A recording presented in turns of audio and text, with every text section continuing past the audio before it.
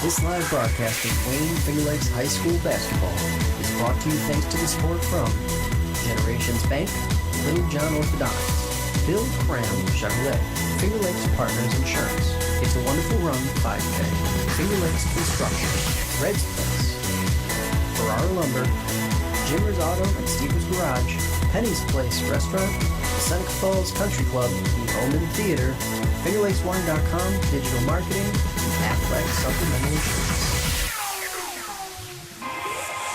You are live at Rush-Henrietta High School in Henrietta, New York, site of today's flashes for the Elite Eight winning teams to advance to the New York State Final Four. Good afternoon, everybody, and welcome to high school basketball once again. I'm Dave Barnick.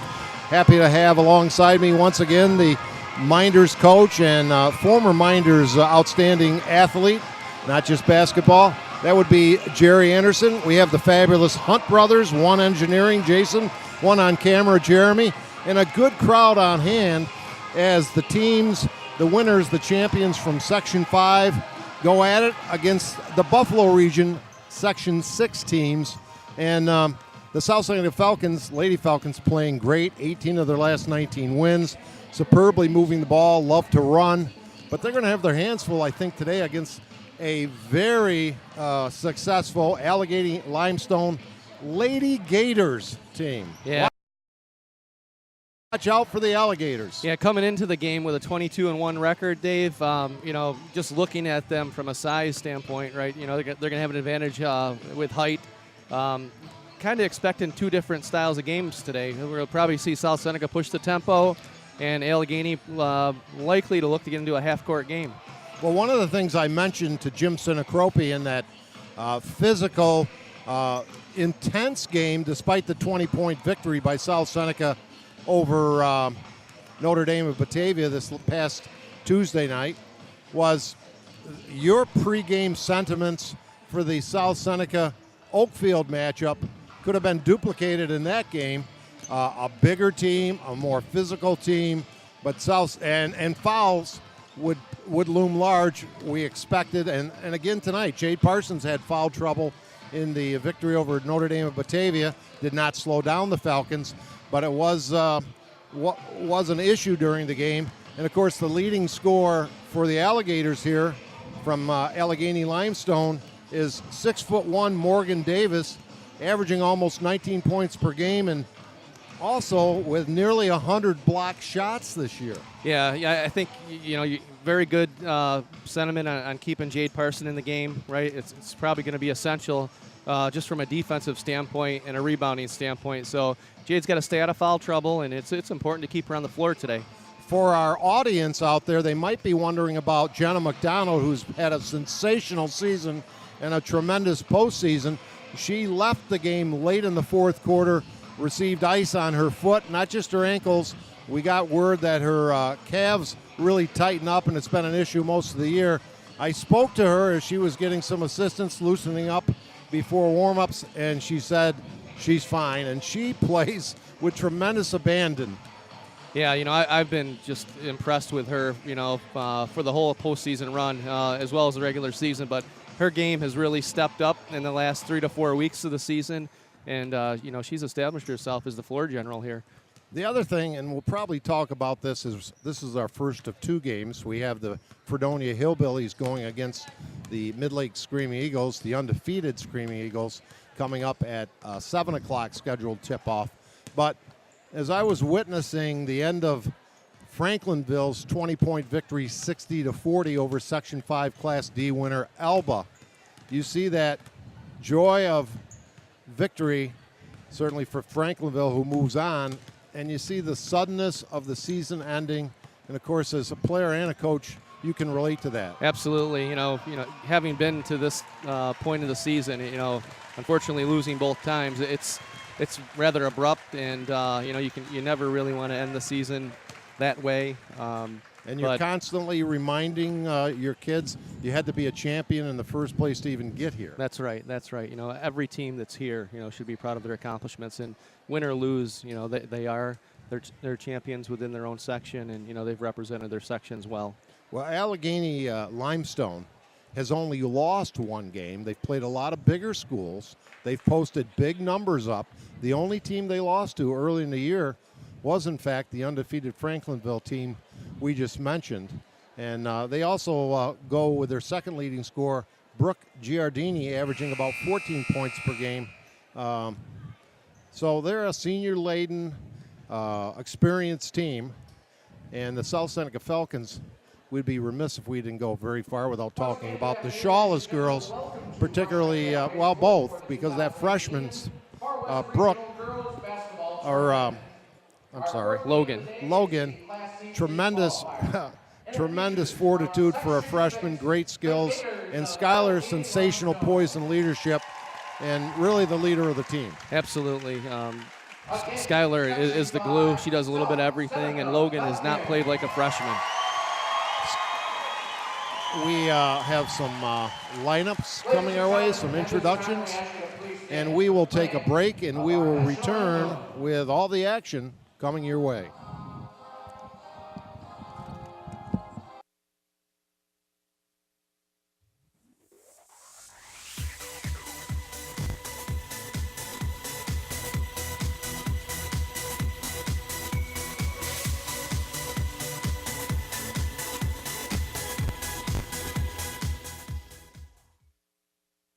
Federal loans not enough to cover the cost of your college education? The private student loan available through Generations Bank can be the answer to your funding needs. Learn more online at mygenbank.com or call 315-568-5855. Generations Bank, with locations in Auburn, Farmington, Geneva, Phelps, Seneca Falls, Union Springs, and Waterloo. Be sure to check out their mobile banking app or visit them online at mygenbank.com. Dr. Littlejohn and his outstanding orthodontic team share a common goal: to assure the overall wellness of each patient through their orthodontic care. They utilize the latest technological advances in the orthodontic industry, including digital scanning and Invisalign. Dr. Rod Littlejohn is proud to support our area high school athletes. Check out their website at littlejohnortho.com. Bill Cram Chevrolet on Route 5 and 20 between Seneca Falls and Waterloo, where your car buying is fast, fun, and easy. Mention you saw them on fingerlakes1.com and receive a $250 credit to use towards the purchase of any new or used vehicle. Browse their inventory at BillCramChevrolet.com or stop in and see why you'll save plenty on 5 and 20 with Bill Cram Chevrolet.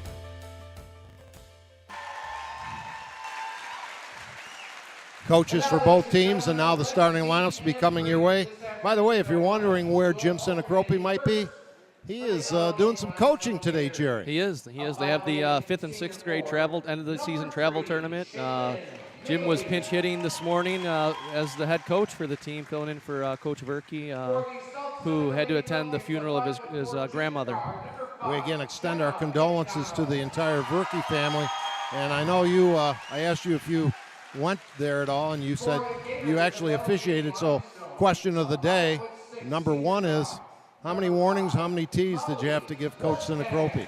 Actually none. Jim does a great job. He did a great job filling in for Matt. Both him and Matt do great jobs with the girls. Shaylin Maley, a 5'8" senior, one of the starters for Allegheny, along with Molly Wolfgang. We expect the other ones to be Tierney Hemphill, Giardini, and Morgan Davis, the big girl in the middle. For South Seneca, Logan and Skylar, freshman and senior. Sister Chloe, an 8th grader, is here in attendance, as you might expect as well. And they'll start alongside of Jenna McDonald, Jade Parsons, and Emma Fletcher. And it's the ongoing saga of keeping the Fletcher girls straight when you have 4 sisters on one team, and 3 of them are triplets. Davis is impressive, physical looking young lady, 6'1". Looks to be in pretty good shape. Yes, good size. Very long. Looks like she moves well. I was watching her warm up. Her jump shot is not the most fundamentally sound jump shot, but she was knocking them down.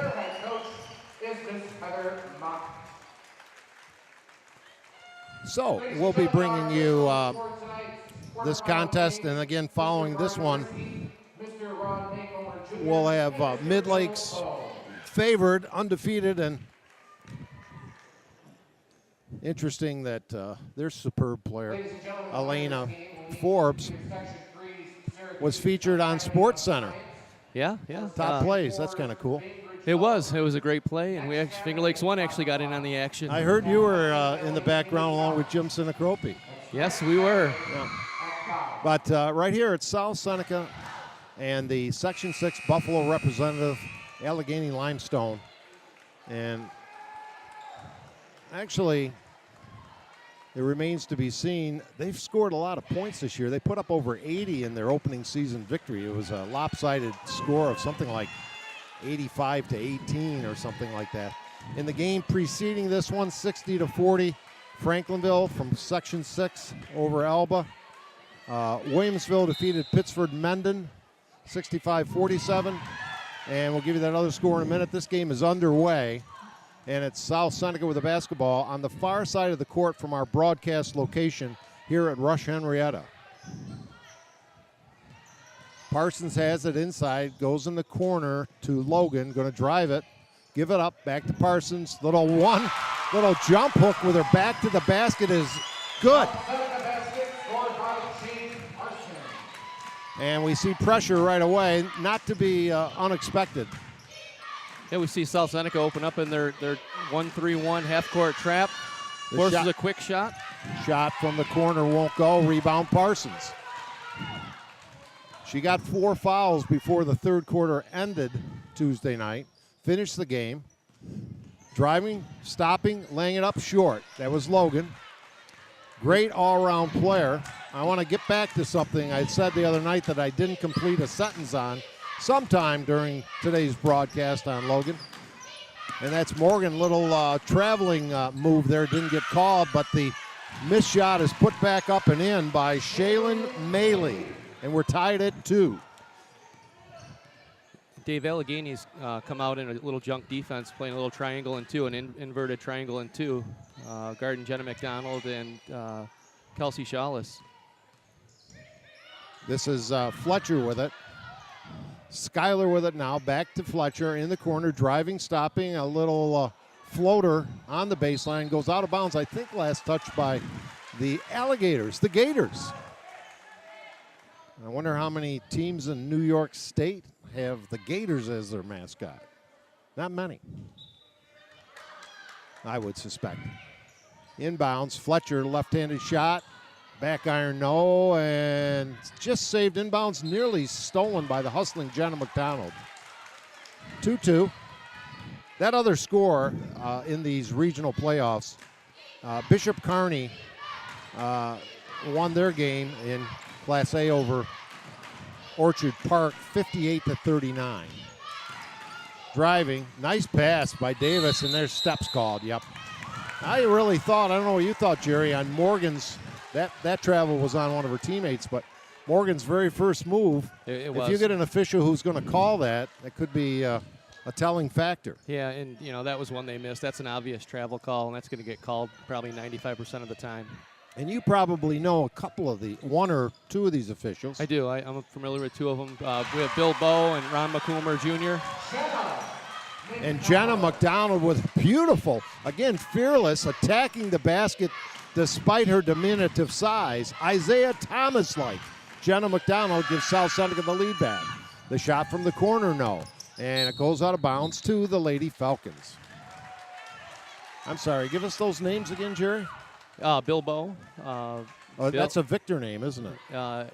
Victor Canandaigua. Yeah, he was a former Brockport men's basketball coach. He works in the Canandaigua School District. We have Ron McCoomer Jr. Those are the 2 Section 5 officials. Brisky from Section 6. 4-2 your score, opening minutes of the game. The regional, the Elite 8 game. Logan, high arcing shot, ready, aim, fire, no. And it goes out of bounds, battle for it, bodies down, and we have an injured player. Jade Parsons went down and got right up, and unfortunately, while she seems, well, not quite. We saw a apparently relatively serious injury in the game last Tuesday night as a Notre Dame of Batavia player on the sideline went down hard and had to be helped off the court not to return. And we got a timeout on this court right here. And again, the score 4-2. And I get wrestled into these, but I don't mind them at all. I'm speaking of Elba, who lost today. Shade Zajac, who is a musical icon and the conductor of he's a South Seneca graduate. He's the conductor of the Genesee Symphony Orchestra, will be hosting or conducting a concert at Elba tomorrow at 4 o'clock. And I refuse to give you his grandfather's name, who told me to put that on the air. But you can figure it out. So, Dave, that last play, Jade Parsons picked up her first foul, so that's something we should keep an eye on. Absolutely. They break the pressure. That would be Allegheny. The Lady Gators from the side. No, again, she likes that corner shot. Giardini, 0 for about 3 so far. Driving. Love that stutter step.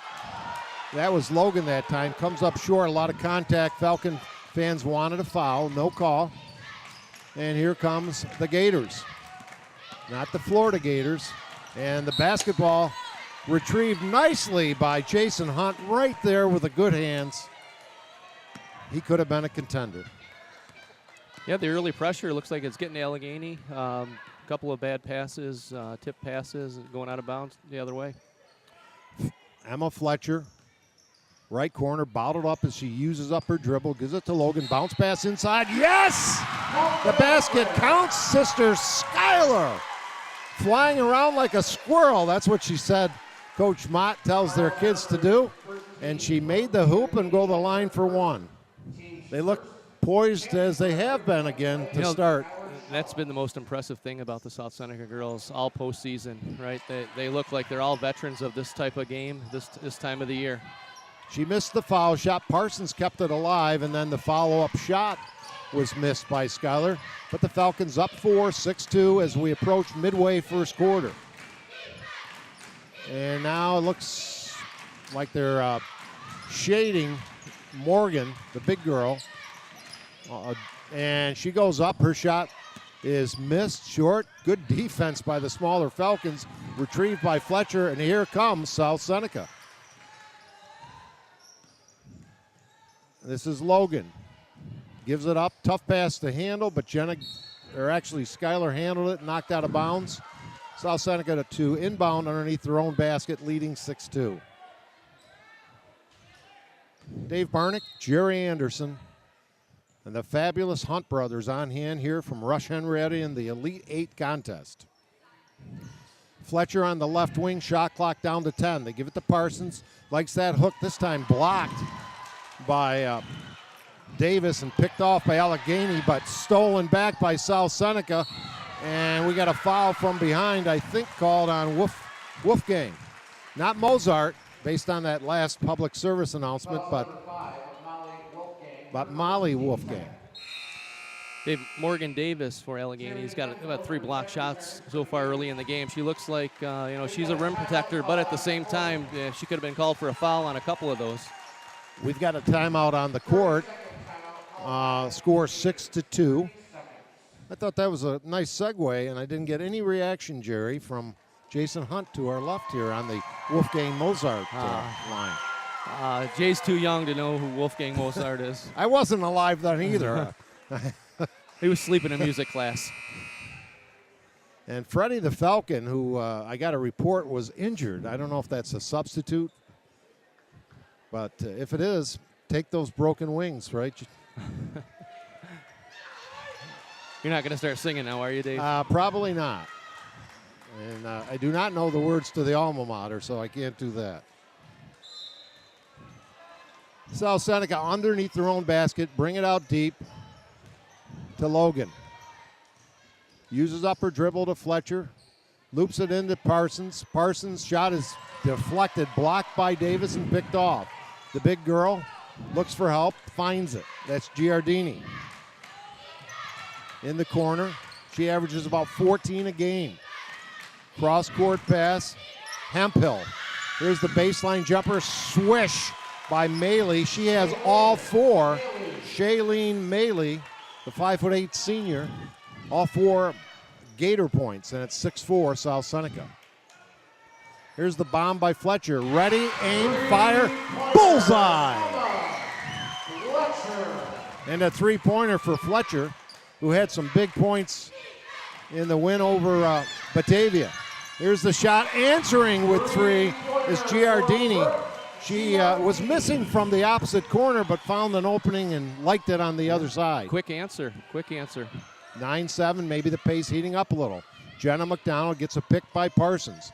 On a little pick and roll, Parsons has it back. Stop and pop, no. Rebound kept alive by Skylar, a tenacious rebounder in her own right. And here comes Allegheny with a chance to tie, or a three-pointer would give them their first lead. Notre Dame or Batavia got close, but they never led in that contest. Inside, turning, firing, not hitting, rebound, blocked from behind. That was Davis, the big girl, and knocked out of bounds, so it'll still be later Gator ball. Despite all the helpful fans from South Seneca trying to help out the officials to make the call otherwise. Davis harassed as she goes up and nets it. And that girl gets started. It could be take the lid off the hoop for her. Yeah, that's a nice aggressive move on her part. One dribble, high release. You know, that's not going to get blocked against the South Seneca girls. We're tied at 9. Logan driving. Hands off to Parsons. Back out to Fletcher. Fires it up. No. Rebound inside, and a foul on the play was Skylar. She does a great job of going in for the missed shots. She does everything, right? She's a stat stuffer, whether it's assists, rebounds, or steals. And rarely does she really force shots either. She's content if things are working well to let her teammates score, though she is the leading scorer on the team at about a dozen a game. Misses, however, her first of two and her second free throw of the game. Low-scoring first quarter. I'm not sure who that favors, but it's all tied at 9. South Seneca knows this court well from the last 3 years and lots of success. Skylar shot that time, nothing but net. The Falcons 10-9. And the pressure. Allegheny breaks it into the game. Anna Seaman. Here's the bomb from outside, and that looked good from the moment it left Molly Wolfgang's hands. And that gives Allegheny the lead with a three-pointer, 12-10. Down to a minute, first quarter. And a near throwaway it is.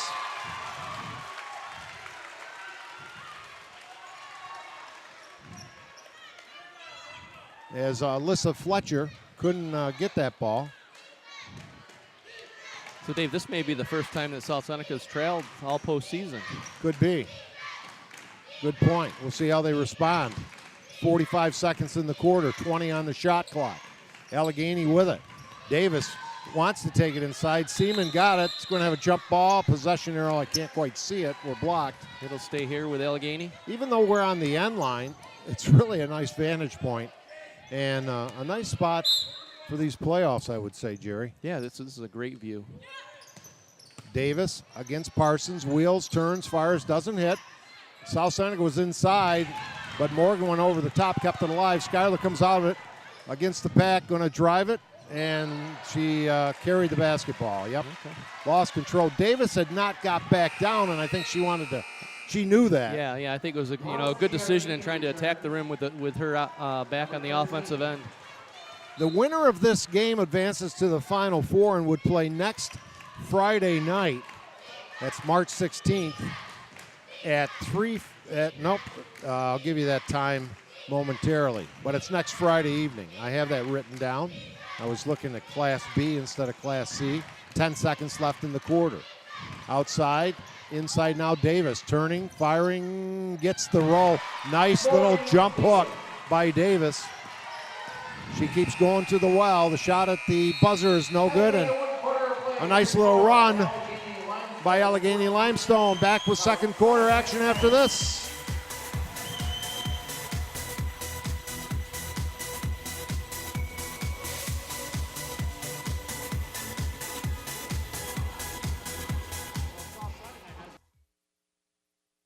loans not enough to cover the cost of your college education? The private student loan available through Generations Bank can be the answer to your funding needs. Learn more online at mygenbank.com or call 315-568-5855. Generations Bank, with locations in Auburn, Farmington, Geneva, Phelps, Seneca Falls, Union Springs, and Waterloo. Be sure to check out their mobile banking app or visit them online at mygenbank.com. Dr. Littlejohn and his outstanding orthodontic team share a common goal: to ensure the overall wellness of each patient through their orthodontic care. They utilize the latest technological advances in the orthodontic industry, including digital scanning and Invisalign. Dr. Rod Littlejohn is proud to support our area high school athletes. Check out their website at littlejohnortho.com. Bill Cram Chevrolet on Route 5 and 20 between Seneca Falls and Waterloo, where your car buying is fast, fun, and easy. Mention you saw them on fingerlakes1.com and receive a $250 credit to use towards the purchase of any new or used vehicle. Browse their inventory at BillCramChevrolet.com or stop in and see why you'll save plenty on 5 and 20 with Bill Cram Chevrolet. Second quarter just underway. South Seneca with it, trailing by 4, and the shot by is blocked by the big girl Davis. So bring it up court herself. Could have been called for steps as she stopped her dribble. She felt the pressure coming from behind, gets rid of the basketball. Here's the bomb. Giardini short. Rebound Gators and tie up her foul. Can't quite see it. It's a jump ball. Yep. Jump ball. Allegheny will retain possession. So Davis has that nice little jump hook. The girl the other night, South Seneca, actually was their point guard or point forward at 6 foot for Notre Dame of Batavia, and would drive to the hole all the time. And here's the shot missed, battled for, and rebounding is going to be an issue, but here comes South Seneca's Jenna McDonald. Shifts gears, goes to the hoop, lays it up too hard. Rebound taken away by the Gators, and here they come, right at us from our vantage point. Yeah, that game Friday night in the Final Four semifinal between the winner of this team will be as Davis scores yet again, and that's trouble. That's going to be at 11:45 next Friday. Yeah, South Seneca has to do a better job of denying the ball to the high post. She can't have that ball that easily. Jenna McDonald now down by 6. That inside, Logan turning, firing, hitting. Logan, the freshman. Shawless gets on the board. Hey, Dave, I'm wondering how conditioning is going to play in, because Morgan Davis looks like she's struggling to get up and down the floor right now for Allegheny. Puts her hands on her hips a lot. Turns inside, gets tied up. She brought the ball down, and good hustle by, I think, Fletcher. That would be Alyssa. I think they switched white hairbands from the other night, Jason, the sisters. We got a South Seneca timeout. By the way, Logan, I find myself sometimes not finishing sentences, and I started to say the other night that in the championship game, she didn't do much. She didn't score.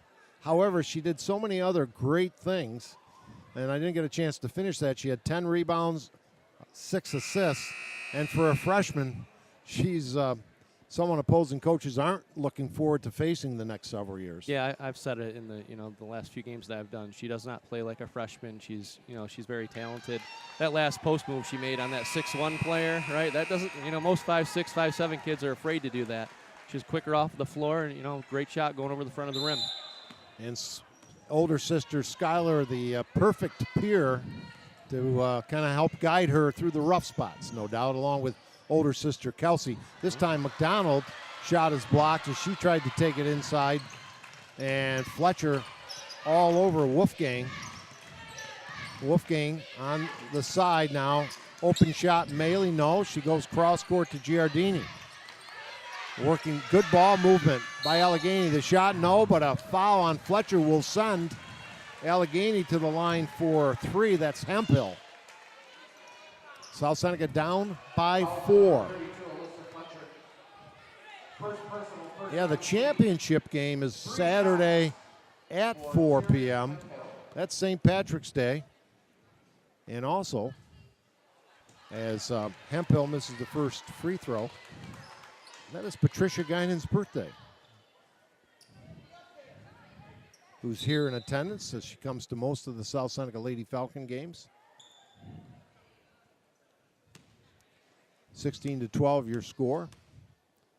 Got quiet in here all of a sudden. Second shot around the rim and in. 1 out of 2. No hat trick. She'll go for the third here in a moment. 17-12, Allegheny. Again, they've only lost once. That was to that undefeated Franklinville team. Hemphill misses the second shot. Good block out and rebound by Logan. Shawless. They go to Fletcher on the corner, driving, throws up a runner. She's going to came down before she got rid of the basketball, so they call it a travel. It's the old up and down call. Yeah, and that's what Morgan Davis does. She protects that rim. You get by the guard, and South Santa girl just wasn't ready to see 6'1" in her face.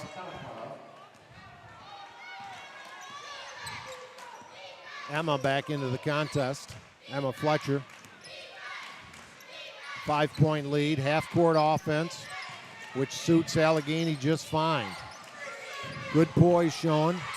Looping it into Davis. Double team, swatted away and stolen, and a reach and foul on Hemphill as South Seneca looked to run. It looks like South Seneca has made an adjustment defensively. They've got Jade Parsons matching up with Morgan Davis now on the defensive end. A little boxing one against the big girl. I think you said Jade had 1 foul. Here's the little runner in and out by McDonald. She hasn't got on track as yet. 1 hoop.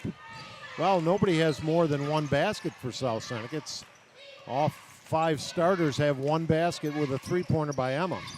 17-12, Allegheny with it.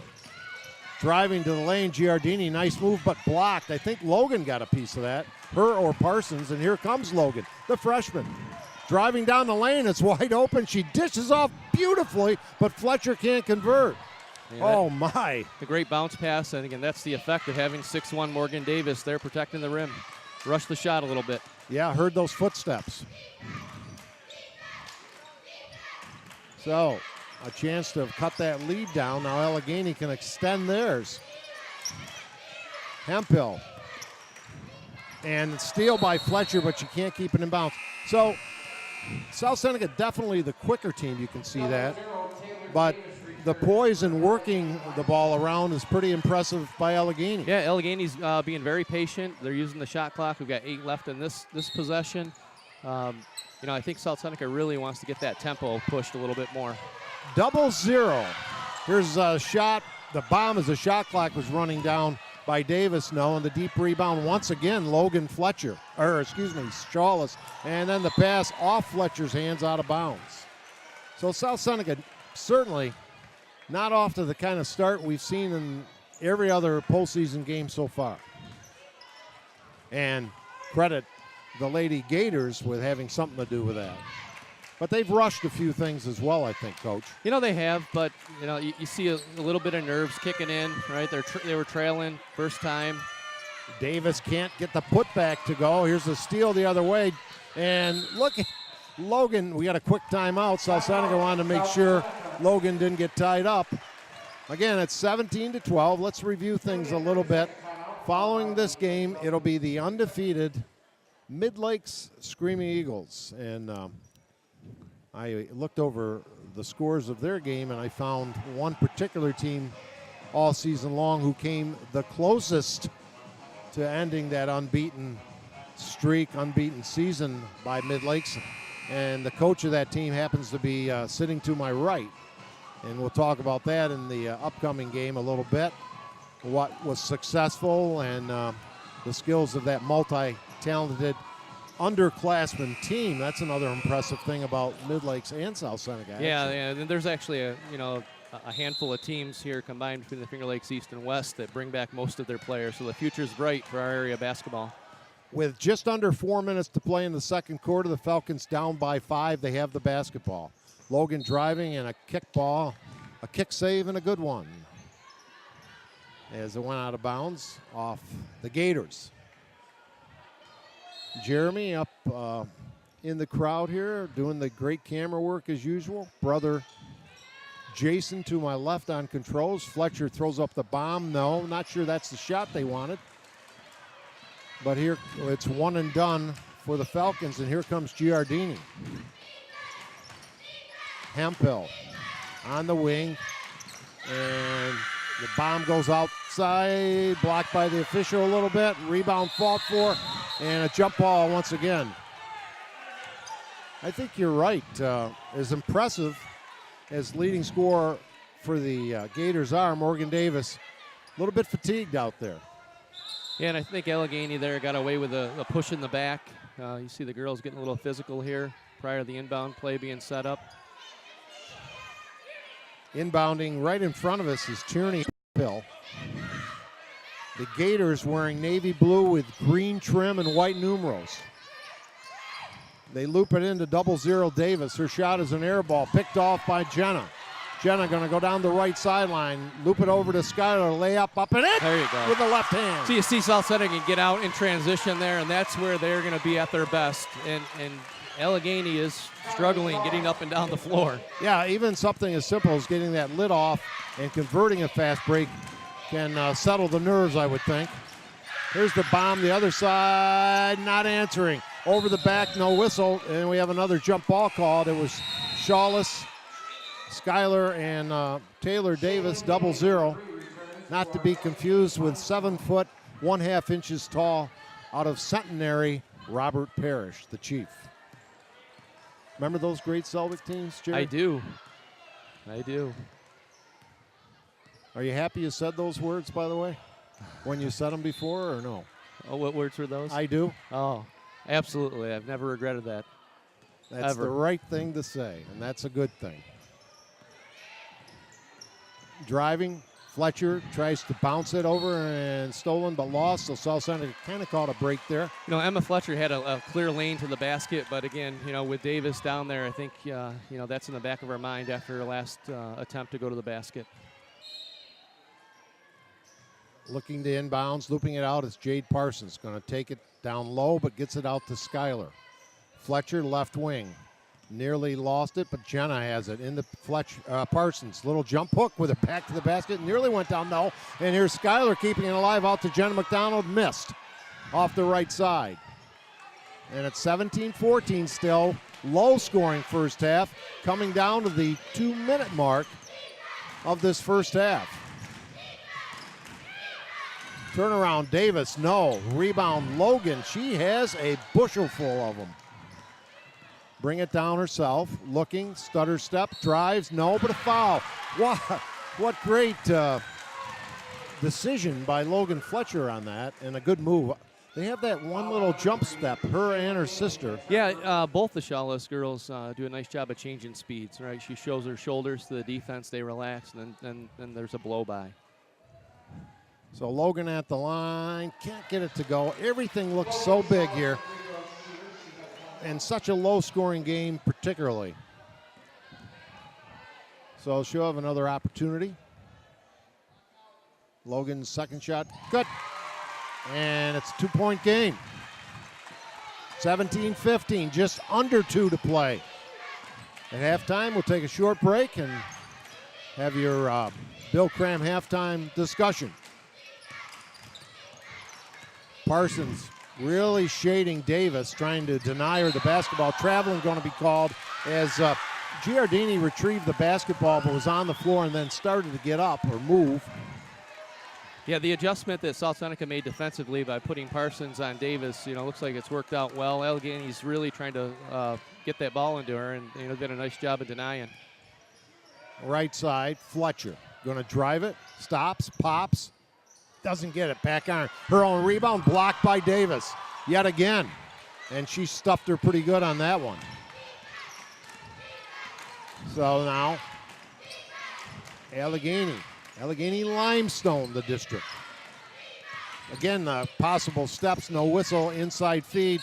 Jenna's going to be called for a foul before Shailene Maley could go up with the basket or go up with the shot. Yeah, Dave, I agree with you. She traveled again before she let go of that pass. And I wonder, I got to think both Bob and Heather Mott are seeing that and may make mention of that, maybe not. We got a tight one here, 17-15. Davis has it, throws up a runner. No, back iron. Rebound, guess who? Logan Shawless. Logan going to drive it, throws it up, blocked out of bounds, but that's okay. I think you got to be aggressive, Jerry. Absolutely. Maybe you want to try to get into her body a little bit. She's played so far the first half without a foul. And Parsons has one. Fletcher, wing, no, missed badly. Again, a low-scoring game. You got to credit the defense for Allegheny for that as well, and South Seneca holding their own down just by a bucket. 40 seconds remaining, shot clock at 15. Outside shot, no. Rebound inside, yes, and that's a nice hustle by Tierney Hemphill with a bucket and the lead back to 4. We'll see if South Seneca holds for 1. Shot clock and time on the clock nearly identical. And double dribble by Parsons. Kind of seemed like she I think lost herself a little bit. She was really looking to distribute the ball there. And, as a coach, I'd like to see her be a little more aggressive offensively and try to go at Morgan Davis. See if she goes for those head fakes a little bit, too. We don't know. We haven't seen that much. Now the Gators will operate outside, taking the shot, taking the time down. Looking, pretty good defense by McDonald. Here's the shot. It's deflected, and the half ends. A low-scoring affair, 19-15. But the Falcons from South Seneca trailing Allegany-Limestone. We'll be back after these words from some of our sponsors.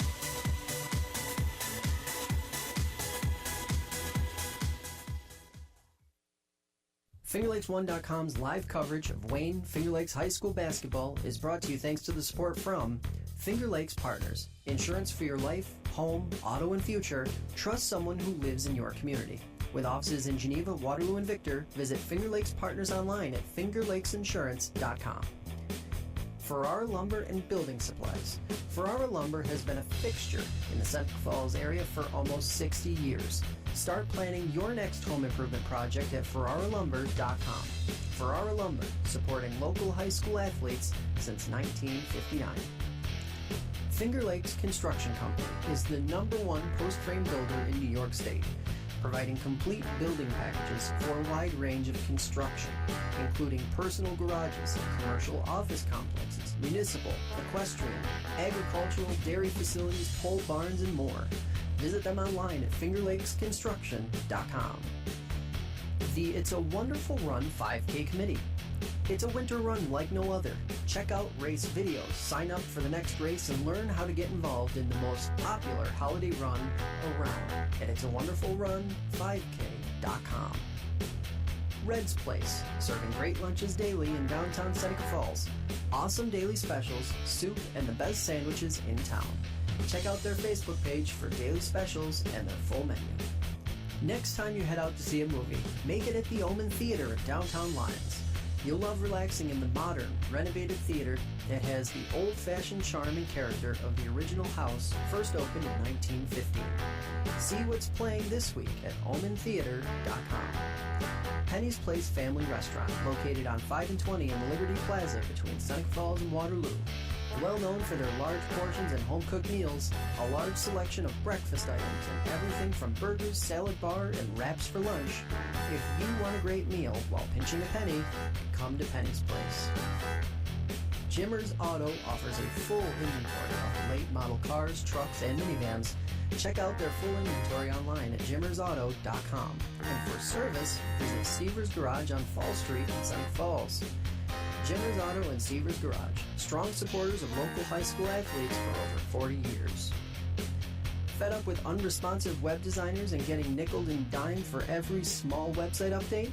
Call FingerLakes1.com at 315-712-0104 and take control of your web presence. Since 1998, FingerLakes1.com has created and maintained nearly 1,000 websites for local businesses and organizations of all sizes. Aflac. When health changes for you or a loved one, it can change everything. but Aflac can help make sure the life you live is the life you never stop living. Learn more at Aflac.com or contact Joe Calarco at 315-253-0495. And by Generations Bank, Little John Orthodontics, and Bill Cram Chevrolet.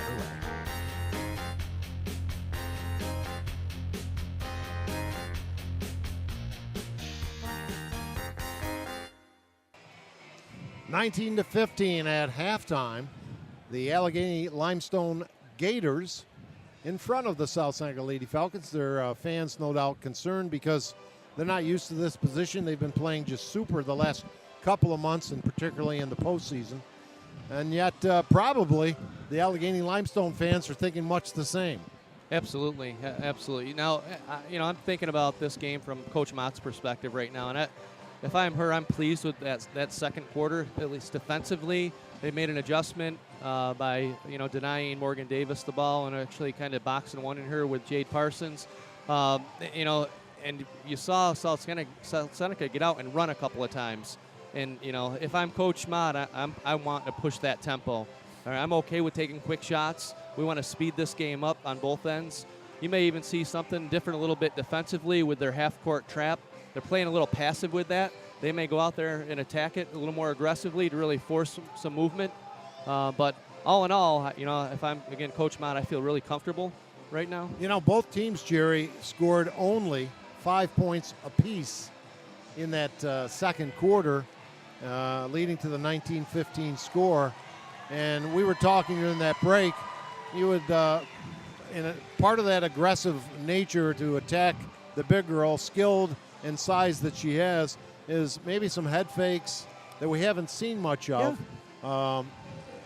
But one issue, which so far is a non-issue, despite her presence, and it's been dominating inside, how many blocks did you say? She had 7 or something like that? 7 blocks in the first half, and I suspect she altered at least another half a dozen shots. But she has 0 fouls, and I think unofficially Jade Parsons has 1. Yeah, I have Jade down for 1. Offensively, if I'm South Seneca, I want to get Jade a couple of touches on the block, see if she can go at her. Give a pump fake there and attack the basket off her. She's made 1 shot, taken a couple others, kind of fading away, though. I'd like to have her go stronger to the rim, challenge her. And Skylar, I think, needs to get her hands on the ball more often on the offensive side. Absolutely. Absolutely. Well, we mentioned after this one we'll have Midlakes against Fredonia.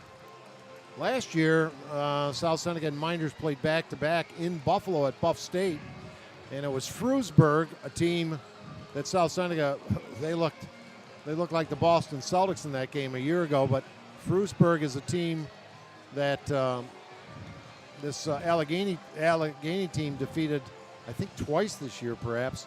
And Clyde, I guess, got defeated pretty handily today. The boys ending their fine season. And we mentioned so far, while historically Section 5 girls have fared very good in these games to determine who goes to the Final Four, the upper hand so far belongs 2 victories and versus 1 loss for the teams from Section 6. Yeah, Section 6 is having a good showing today. And, one of the things when you look at how the Far West rotates between Buffalo and Rochester year in and year out, I really think Section 6 has an advantage playing at Buff State. Most Section 5 teams, girls teams, don't have an opportunity to play in an arena.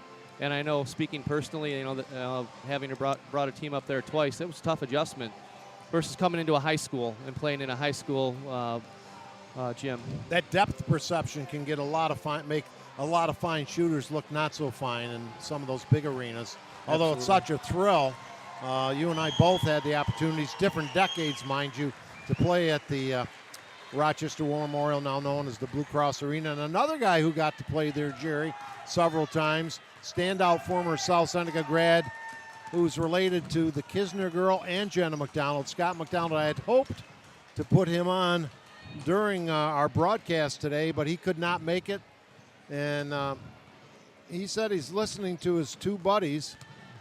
I'm not sure who they might be if he's listening to us. But anyway, my best to Scott. They call him Snake McDonald, and he was an excellent basketball player under Jack Guinan, and we've been friends for many moons. Yeah, Scott's a great guy. I've spent a lot of time with him professionally, and I heard was a great athlete, great basketball player.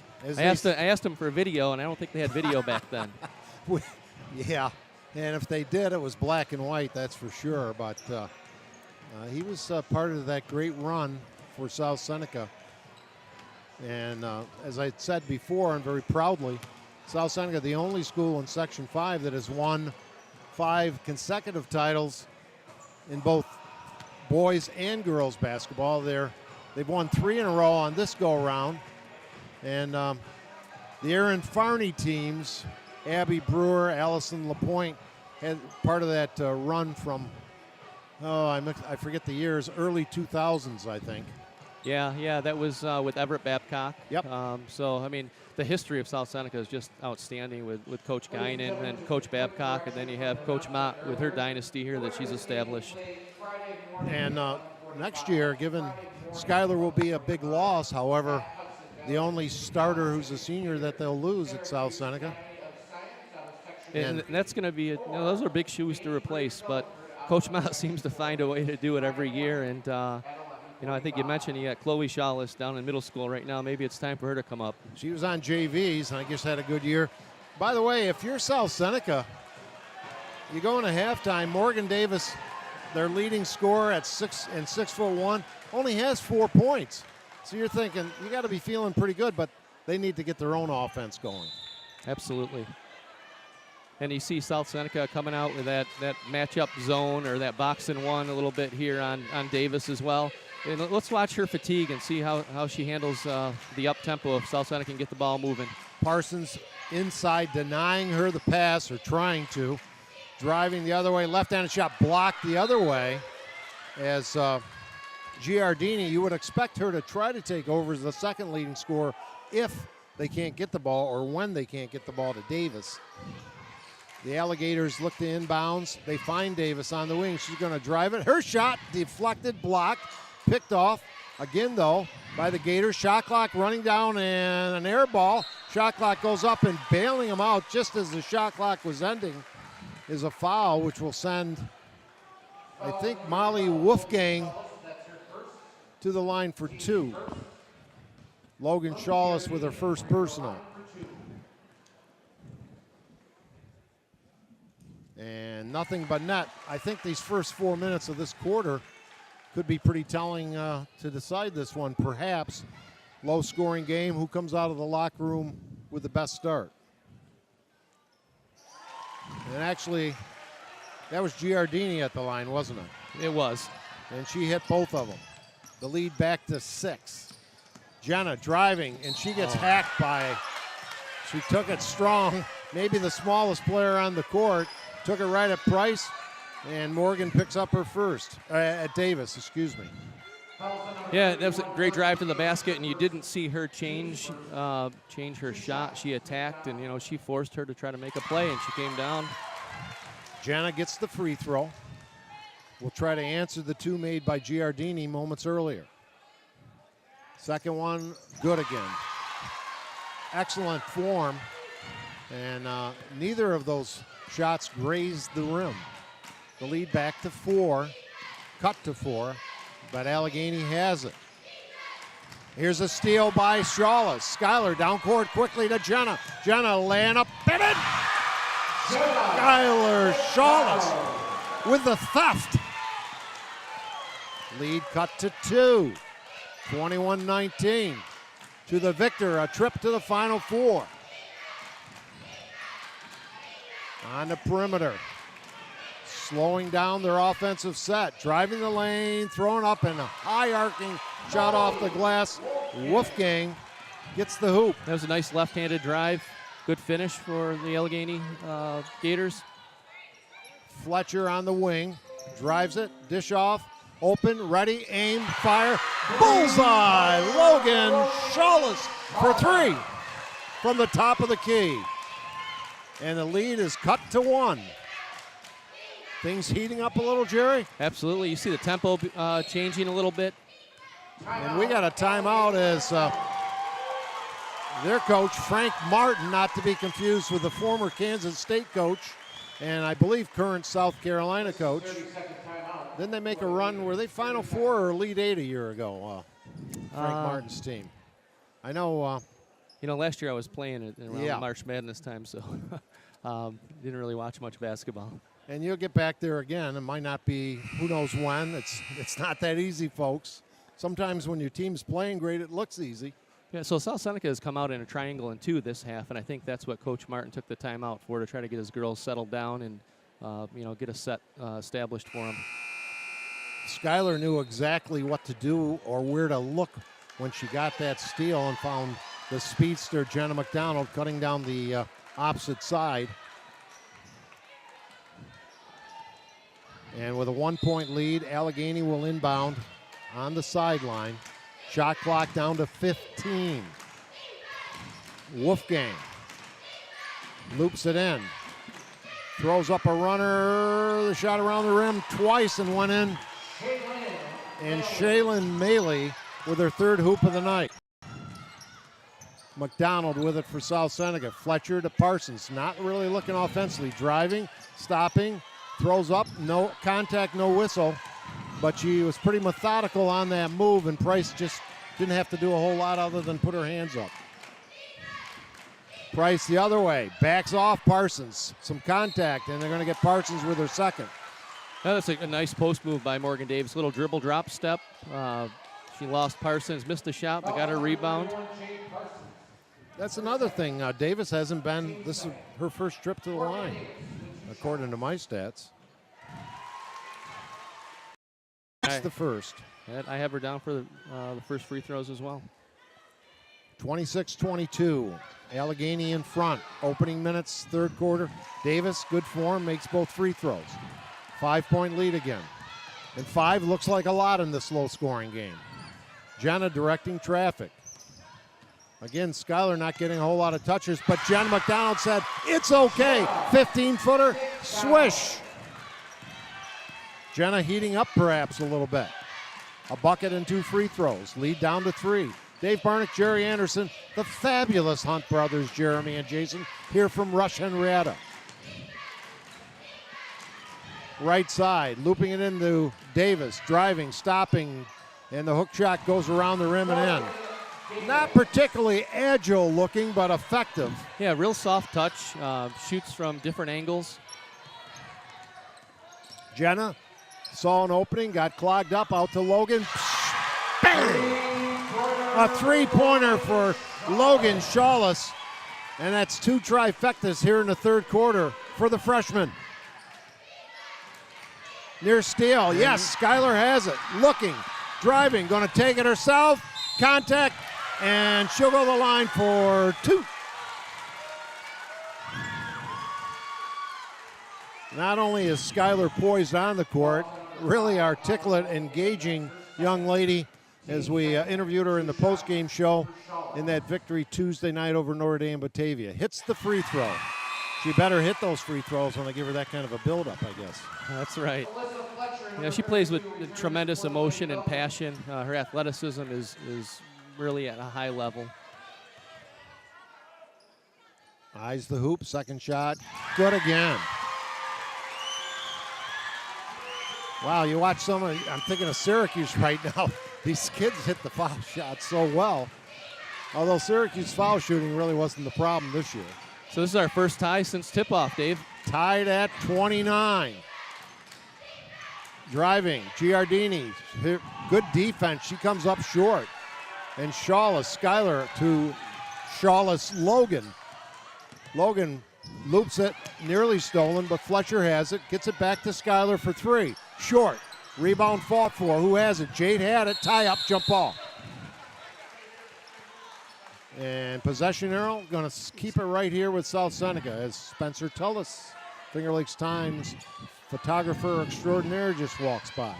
Big possession for South Seneca here, just mentally, to take a lead, first lead of the game potentially. After being down by 5 on numerous occasions, including a 4-point deficit at the half. Low-scoring game, tied at 29. Jenna looking, loops it out to Jade Parsons. Parsons, a dribble in the corner. Shot by Logan, no good, but a deep rebound by Skylar. They'll reset the offense. Jenna driving in the corner, wants to take it to the hole, and she gets hammered. And that's 2 on Davis. Oh, they got number 5. Yeah, I think they got away with one there because I had that foul on Davis as well. So it was Wolfgang. Molly Wolfgang with a personal. Again, she plays fearlessly, Absolutely. doesn't she? Attacking the big girl fearlessly. You know, well put, Dave. Jenna at the line. The diminutive, listed at 5'4". That might be stretching it. Misses the second free throw, and Logan ties up off the miss. Allegany's Shaylin Maley.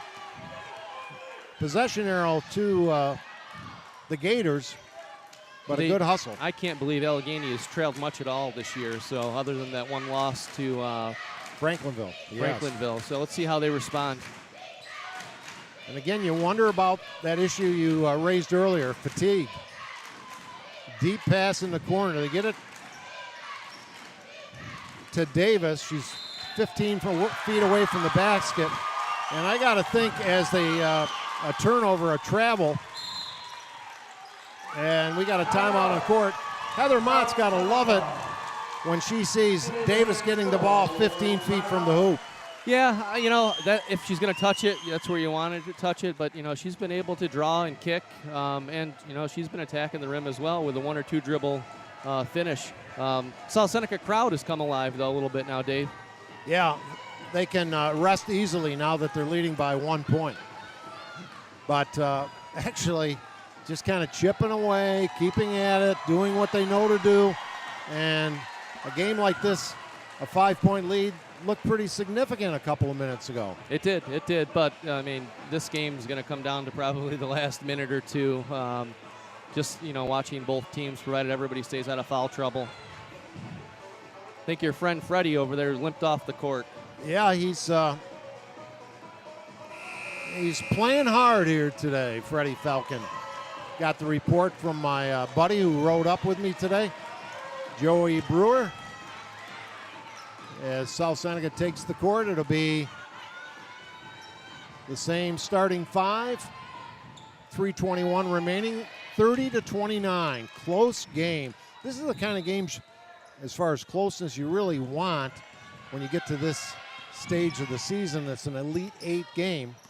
Jenna driving, stopping, finds Skylar, open corner, can't get it. Kept alive by Logan with a deep offensive rebound. They reset. Logan likes what she sees and buries another 3. On fire, Logan Shawless. Not much of a freshman, is she? She is not. I mean, she can play. Kept the play alive with the offensive rebound and knocks down her 3rd three-pointer for the quarter. And a big hoop the other way for Tierney Hemphill. She drives, goes to the basket, scores, and is fouled. Chance for a 3-point play and to cut the lead back to 1. 33-31. One-handed high arcing shot, misses badly. Nearly got it, but Skylar is there and controls. Down court quickly to Jenna. Jenna uses up her dribble, leaves for Parsons. Parsons, and got a little blocking foul. It'll be a little block on Morgan Davis, her second. And that was not a lot of damage done, but they'll take it. Jenna looks to inbounds, finds Logan. Logan uses up her dribble in the lane. A lot of contact there. Fletcher missed her shot, and then I think they might have got Logan from behind on the foul, on the reaching on Jenna McDonald. Jenna, okay. Davis, when she holds the ball up high, is pretty indefensible. 2-point contest. A chance for the Gators to tie it or with a 3-pointer take the lead. Points pretty well distributed on the Gator side. This is Davis wheeling, offensive foul, and that's 3. We said the foul situation was not a factor in the first half. but she's got 3 in this third quarter. Yeah, that was a great defensive play by Jade Parson to get the call. I don't know that I agree with the call. I thought she was moving. I didn't see the offensive player put her shoulder down, but, fortunate call for South Seneca. Dave, and driving right to her and not backing down. I love the decision, though, by Jenna McDonald. She knows she's picked up her third. She's going to attack her and see if we can get the fourth. Driving the other way is Wolfgang.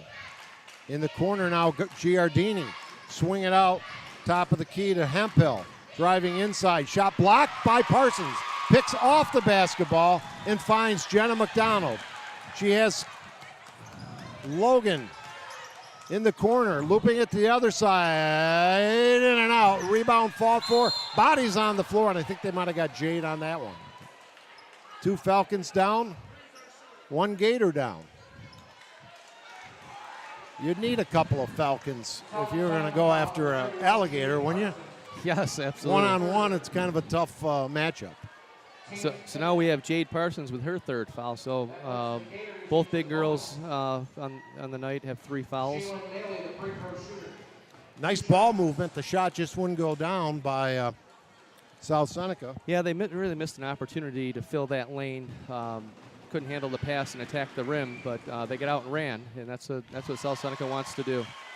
Little snowflakes came down on that basketball. A high arcing shot is good by Maley from the free throw stripe. She'll have another. Second one up, good again. I'll tell you, the foul shooting, I haven't figured it out. It's pretty good tonight. We're tied. We got Larry Bird numbers on the scoreboard, 33 apiece. It'll be interesting to see what South Seneca does defensively now with Jade Parson out of the game and Morgan Davis still in for Allegheny. Here's the push shot by Fletcher. One and done as her shot is missed. And then we got a little reaching foul on South Seneca's, the other Fletcher. Alyssa Fletcher. And again, in the bonus, that will send Allegheny, who it fell behind for a couple of minutes, now can retake the lead. Pace of play certainly has picked up from that slow second quarter and first half in general. And Shaylin Maley's knocked down 3 consecutive free throws for Allegheny. Yeah, looking good doing it. She'll have another. Dips, fires, hits. Not the girl I guess you want to send to the free throw line if you're South Seneca. 8 for 9 from the line this quarter is Allegheny. 1:20 remaining third quarter. The Falcons with the ball, but down a pair. Jenna driving, nearly throws it away. Fletcher has it. Stop and pop. Bang! Emma Fletcher for 2. 35 apiece. Looking inside. On the baseline, turnaround jumper, swish. What a pretty play. Morgan Davis. Not an easy shot down there, but she converted. It's not, but it's a much easier shot with Jade Parsons, and I think Davis got away with one there. Boy, she did. Lots of contact as Fletcher went up with another shot. Maybe an ill-advised shot, but with Davis with 3, you take your chances. Rebound saved by South Seneca and then thrown out off the leg of a Allegheny player. And I don't think that's the shot Coach Frank Martin wants there. With Parsons out of the game, you need to be pounding that ball down low to Morgan Davis. Fresh shot clock. South Seneca could take most of this final 33 seconds up on this possession. Jenna dribbling out front. Logan thinks about it, gives it to Fletcher. Fletcher to Jenna. Jenna driving, throws up a runner, around the rim, no. Her own rebound, no. And into the game for the first time for South Seneca is Haley Bentley. And lost out of bounds off Davis. So South Seneca will have the ball back, but at only 2.4 seconds. They get it. And the shot as the half ends is well short, and we'll be back with fourth quarter action. We got a good one from Rush-Henrietta, 37-35. The Falcons down 2.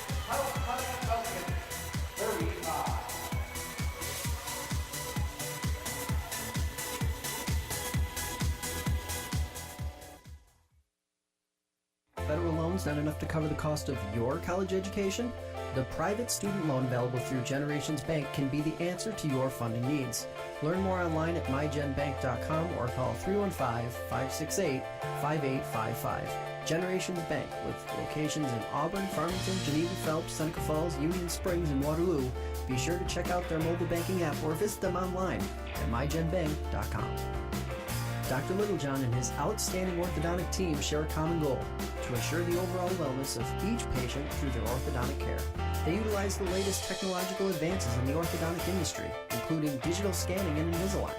Dr. Rod Littlejohn is proud to support our area high school athletes. Check out their website at littlejohnortho.com. Bill Cram Chevrolet on Route 5 and 20 between Seneca Falls and Waterloo, where your car buying is fast, fun, and easy. Mention you saw them on fingerlakes1.com and receive a $250 credit to use towards the purchase of any new or used vehicle. Browse their inventory at billcramchevrolet.com. South Seneca will start with the basketball down 2. Jenna driving, finds Parson, who's back in the game. Her shot too hard, and Davis with the rebound. And you were mentioning they really needed her back in the game. Yeah, I think, just on the defensive end, to have somebody match up with Morgan Davis, she's just got to be able to recognize she's got 3, and she can't pick up her 4th on it with anything careless. This is her driving, wide open, and lays it in. Every basket, every possession, just so huge right now. And she's in double figures with 12. Driving, Logan just short. And now a chance for a little daylight for the Gators. Up 4 with the basketball, the game into the first minute of the 4th quarter. Around the perimeter, they look for Davis, they find her. Some good footwork inside. Her shot knocked out of bounds or lost. Yep, it'll be South Seneca basketball. I think that you'll see this reversed. Allegheny retain this. I guess not. Yeah. From my advantage point, I thought that the shot was tipped. Of course, we're right close to the South Seneca basket, right under it. And the distance is Fletcher throws up a runner, no. Rebound fought for, and Davis doesn't have to jump for that. Picks it up off the bounce of the floor. And again, I don't know if they wanted that quick shot by Fletcher. Driving, contact, no whistle. Parsons with a rebound. The shot was missed by Hemphill. Here comes Jenna McDonald. Little stutter step, throws up a runner. Rebound saved by Logan, picked off by McDonald. Out to Skylar Shawless, a senior. Draws contact, no whistle. Boy, that was a block as well. I mean, she turned her hip right into her as she's driving to the basket. And here come the Gators the other way. Down, up 4. One-handed push shot, high arcing shot is an air ball, lost out of bounds. South Seneca gets it back. It looks like we're going to have, just some discussion on the sideline. I thought maybe Leah Fletcher was coming back in the contest. You don't want to get behind by 6 or more. That just seems more like double figures in a game like this. This is Shawless. She's been huge, and Logan scores again. The freshman playing with ice water in her veins. 39-37. Hemphill, one dribble, loops it into Davis. She's going to get hacked in the act. And that'll be foul number 4 on Jade Parsons. The junior, we haven't talked about it as much, and certainly she's in some foul trouble tonight, has not scored a whole lot, but she's had a great season and really ascended her play. Yeah, she has, and having played South Seneca the last 3 or 4 years, I've seen her growth and maturity, and she's if not the most improved, one of the most improved girls in that program. And Davis connects the free throw. Number 14, Leah Fletcher. I think they're just going to give Jade, who's visibly upset, give her a little pep talk, tell her there's lots of basketball left to play. As Davis, 4 out of 4 at the line as she converts both. We got a timeout on the court and a 4-point lead. Dave Barnick, Jerry Anderson, the fabulous Hunt brothers. I mean, fabulous.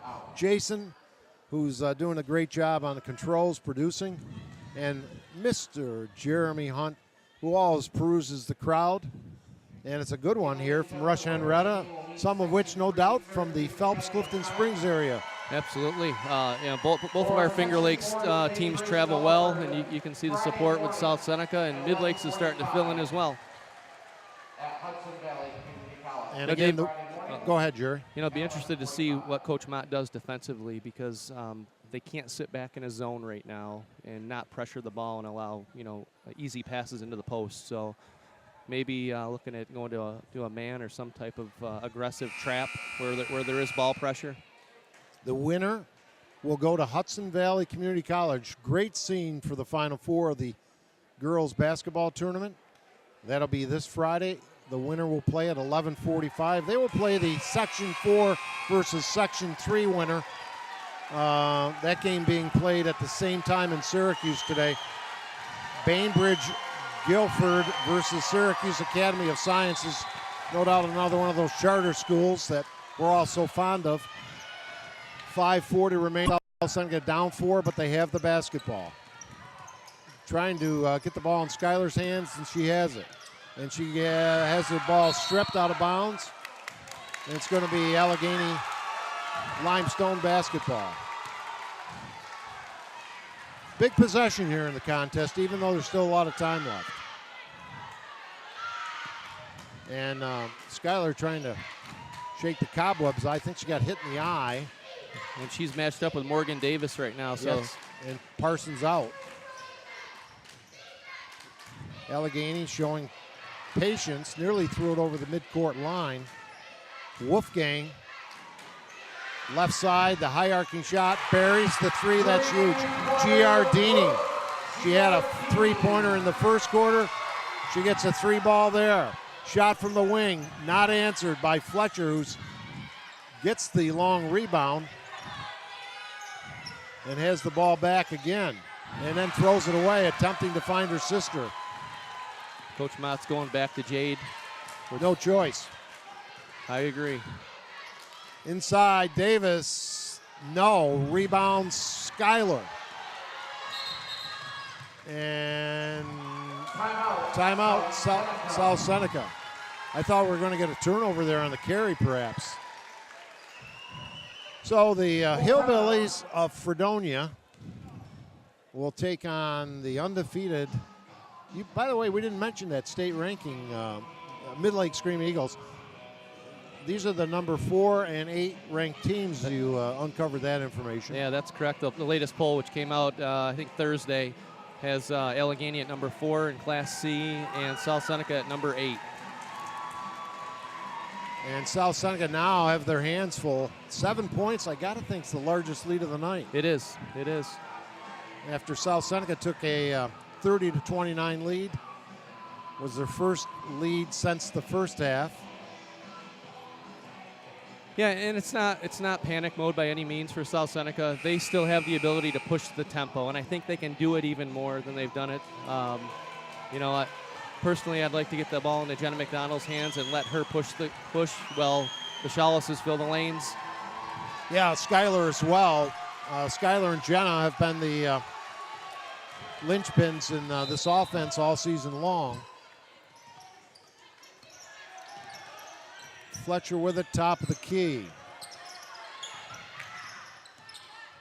Finds Skylar. Skylar harassed, and the ball is stolen, thrown away. And here comes Davis up court. To Hemphill, up by 7. A chance to really create some daylight here on this possession. Davis throws it inside, the shot no, but a foul on Logan.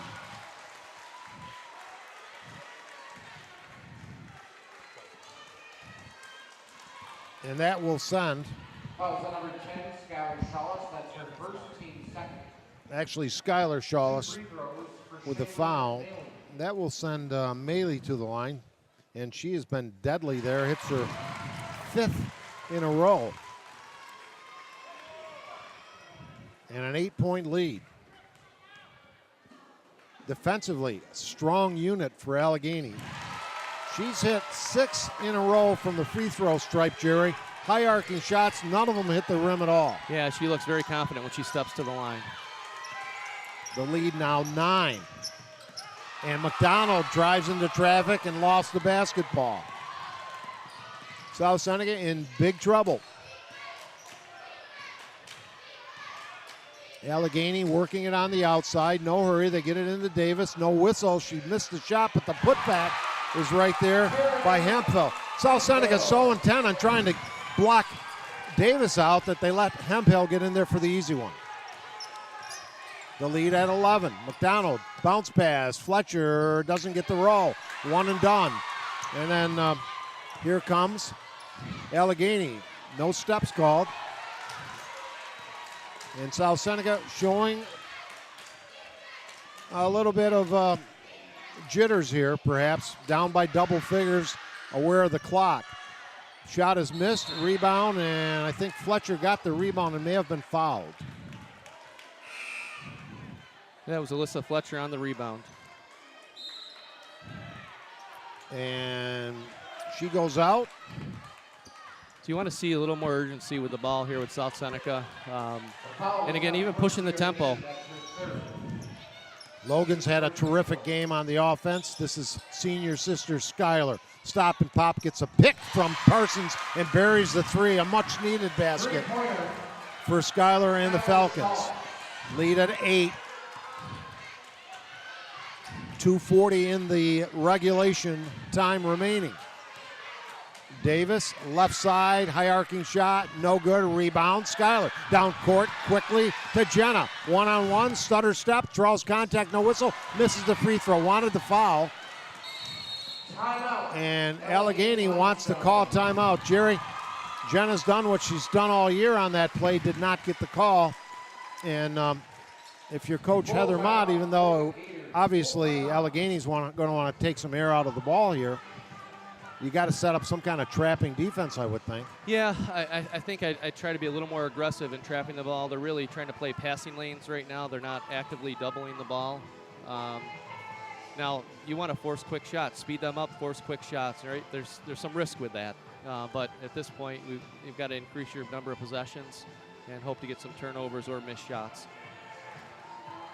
So South Seneca desperately hoping this is not the final 2 minutes and 21 seconds of their season, but down 8, that's a pretty big deficit with this type of game. It is, but, again, if they push the ball like they have in the past, 18 of 19 games, they can score 10 points in a matter of a minute and a half. And the loss they suffered was a 2-pointer on the road to a very fine Bloomfield team. So let's see if they're a little more aggressive in trapping the ball. As bringing it up court, Molly Wolfgang, she's had a fine game. On the baseline, driving it, driving through the lane and dribbling on the sideline, baseline that is. So a turnover, a hoop here can make things a little more interesting. Yep, they got to be efficient in their touches now, though. Jenna with it. Looks for a little pick. Some movement underneath. They find Skylar, the senior, cross court. Jade Parsons goes up strong, no whistle. Some contact and yet another block. Double figures in blocks for Morgan Davis. A yeoman's effort and dribble out of bounds. South Seneca catches the break, and they need a couple. As the ball was dribbled out of bounds, Skylar with a good defense, and Wolfgang, the composer, couldn't get that one to stay in bounds. Here's Fletcher for 3. Emma Fletcher. Kind of one of those, oh no, yes, great shots. Lead down to 5, but only a minute 20 remaining. Wolfgang, now they bring outside Hemphill. Looking down to Davis, shaded by Parsons, who has 4 personals. The ball is deflected. Davis shot, no. Rebound deflected. Saved by Jenna McDonald. And it'll be South Seneca ball. It looked like an Allegheny girl touched the ball while she was standing out of bounds, which really is a break for Allegheny because McDonald had a head of steam looking to push the ball up the floor. Down 5, 1 minute remaining in this one. In regular, Skylar driving, Dish off. Parsons stopping, popping, gets hacked, no whistle, and that'll go as another block by Davis. They had their opportunities on those last two possessions. Shot clock at 20. We got a South Seneca foul. And hopefully, if you're South Seneca, that will not send Shaylin Maley to the line. Although nobody's missed many. Yeah, they still have another foul to give before they're shooting. Oh, thank you. As I looked at my scoring sheet. And we have some congestion as South Seneca tries to bottle up the inbounds play. Just 41 seconds left, a 5-point lead for Allegheny. We got everybody on the court is in about a little 8-foot space, the 3 officials and the 10 players. Now they separate.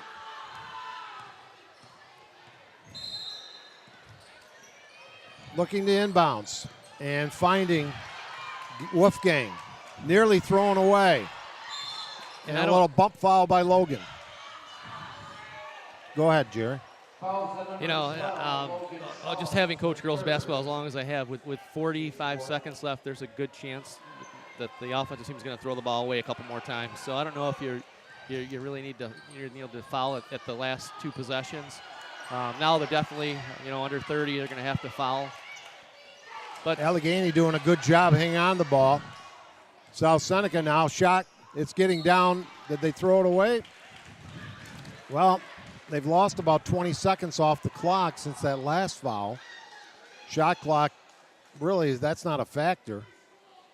But the 5-point deficit is. Yeah, they need a defensive stop here, a quick bucket, right? 2-possession game. And here's the steal. Jenna going to take it to the hole. Lay it up. No. Rebound, fought for and lost. It'll still be South Seneca ball with just 14 seconds left on the clock. You don't necessarily need a 3 here, Jerry. Nope. 2-possession game. You just need a bucket. And then quickly. a turnover. And South Seneca is going to talk about it and set up probably both an inbounds offensive play and also here's what we want to do after we score. Yeah, I think what you'll see, though, if South Seneca does score or Allegheny does get a rebound, you're likely to see a timeout from Allegheny, and they'll advance the ball up the court. Again, the clock, the time is the biggest enemy right now of South Seneca. They came back nicely in that third quarter. They trailed by, I think, as many as 6 at that point. And not only came back, they took a small lead. Yeah, and I think, the difference there was Logan Chalice, his third quarter, right, knocking down 3 threes. Just a side note, Dave, the nice thing about the girls' game versus the boys' game, after the made bucket and the advancement of the ball, it really keeps the game close and in contention for the last minute, right? Versus, the boys' game, there's a made basket. You always bring the furthest away to inbound the ball, so you run 10, 12 seconds off. Where here in the girls' game, the clock does stop after a made basket. The difference in this game, you'd have to say, if you had to pick just one thing, is Morgan Davis's defense in the middle. Absolutely. A collision. Did they draw the block foul? I think they did on Morgan Davis. That'll be her 4th. Non-shooting foul, however. Jenna will look to inbounds. She's within about 10 feet of us, right in front of us, looking.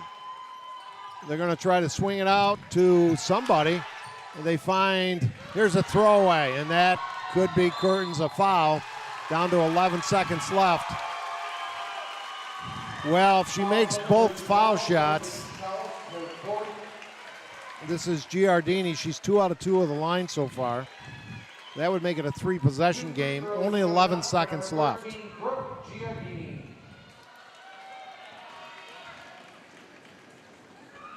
And she is at the line. First shot is good.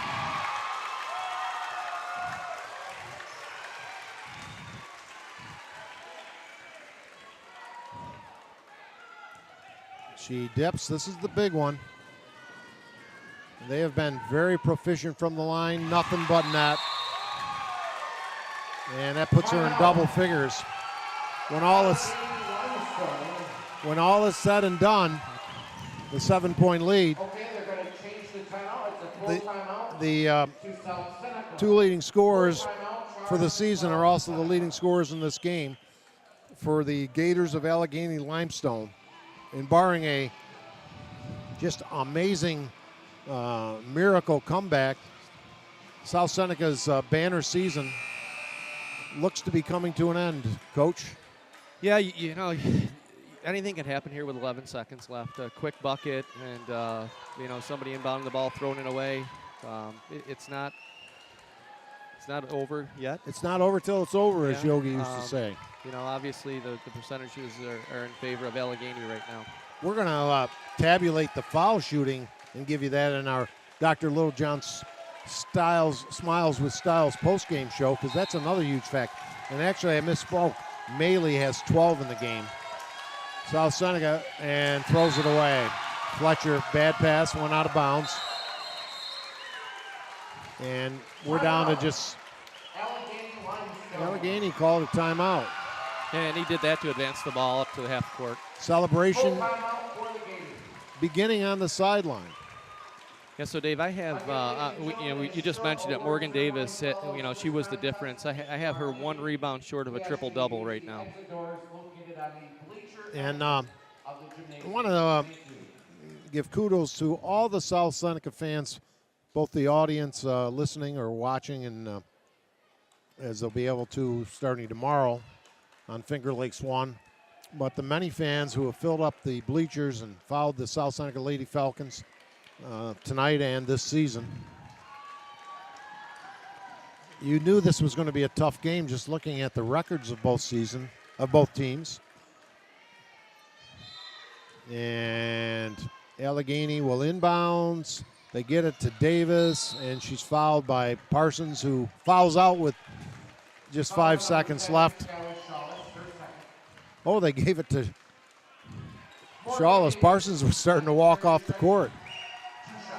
And Morgan gets the free throw. Boy, they are deadly at the line. South Seneca very good themselves. And like the win over Notre Dame and Batavia, the final deficit will not tell the story of this game. Both free throws made. 16 in the game for Morgan. The heave at the end of the game, and the storybook season for South Seneca ends. And Alleghany-Limestone Gators advance to the Final Four with a 52-43 victory over the Lady Falcons. We'll be back with our post-game wrap-up and after these words from our sponsors. FingerLakes1.com's live coverage of Wayne Finger Lakes High School basketball is brought to you thanks to the support from Finger Lakes Partners. Insurance for your life, home, auto, and future. Trust someone who lives in your community. With offices in Geneva, Waterloo, and Victor, visit Finger Lakes Partners online at fingerlakesinsurance.com. Ferrara Lumber and Building Supplies. Ferrara Lumber has been a fixture in the Seneca Falls area for almost 60 years. Start planning your next home improvement project at ferraralumber.com.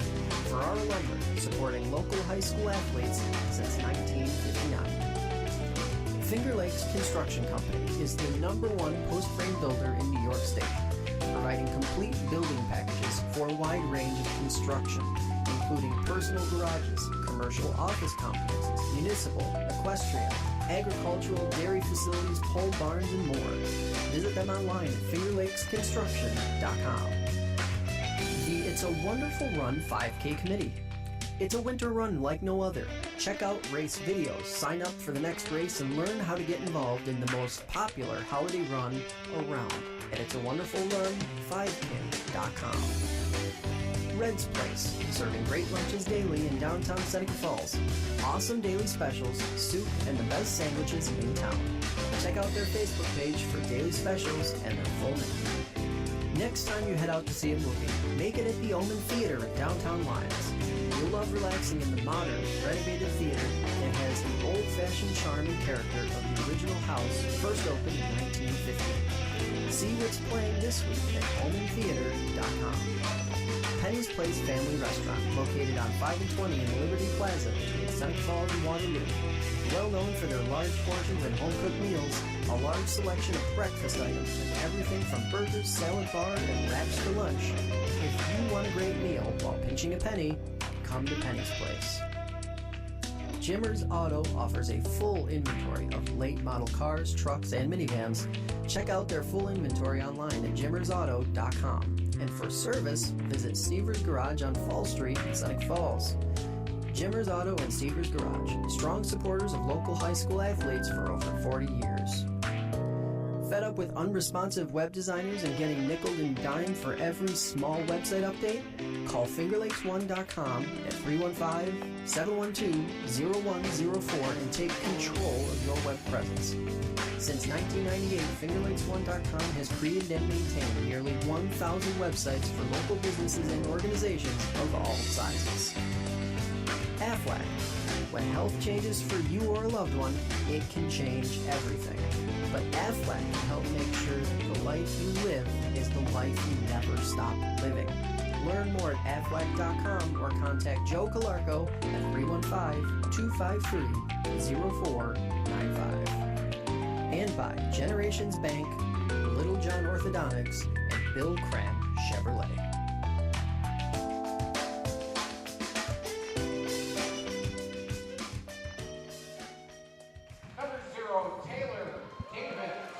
Well, we have the post-game ceremonies going on here. And again, as we mentioned earlier, the difference between the victors and the devastation being felt by the players is heartfelt for sure. South Seneca, tremendous season, state champions, Final Four team, and surprising many this year with a trip to the Elite Eight. They had a chance to win this ball game, Jerry, on a different day. Outcome may have been different, but you have to credit Allegany-Limestone with their performance. I mean, you do. I mean, when you look at Morgan Davis, their leader, she had the game a leader has. And again, I had her down for 1 rebound shy of a triple-double with 16 points, 11 blocks, and 9 rebounds. And here it's the small things that coaches talk about that win games. They were 16 of 17 from the free throw line in the second half. Yeah, remarkable. They got no relief there. I thought South Seneca, when they made their little run in the third quarter to get back even and then take a small lead, had a chance to really extend that by get it up to 4 or 6, and they missed some opportunities then. And then Allegany-Limestone settled back, and again, the domination in the middle by Morgan Davis with how many block shots unofficially? 11. So that was dominant. I want to take a moment. I'm just listening to the public address announcement. I want to cite the seniors, Bree Shepard, Haley Mills, Brittany Burgos Post, and of course, the sensational Skylar Shawless. Tremendous leader, tremendous career. Absolutely. I mean, when you look at the careers of the seniors and everything that they've contributed to the program, I think that's part of the post-game speech for Coach Mott, thanking those kids for everything that they gave up, everything that they sacrificed, and everything they contributed to making South Seneca what it is. And I talked to Heather before the game and asked her, was she surprised by finding her team in this position? And she said simply yes. She was pleasantly surprised. She thought the potential was there to be there, but they came, tremendous distances to get to this point. And the winner, though, Allegany-Limestone, and they will go on to play Friday at 11:45 against the winner of the Section 4 versus Section 3 champion. But as we noted, Jerry, and you were there last year at this very game that was played in Buff State, all these teams are champions, but only one ultimately finishes the season with a victory. That's right.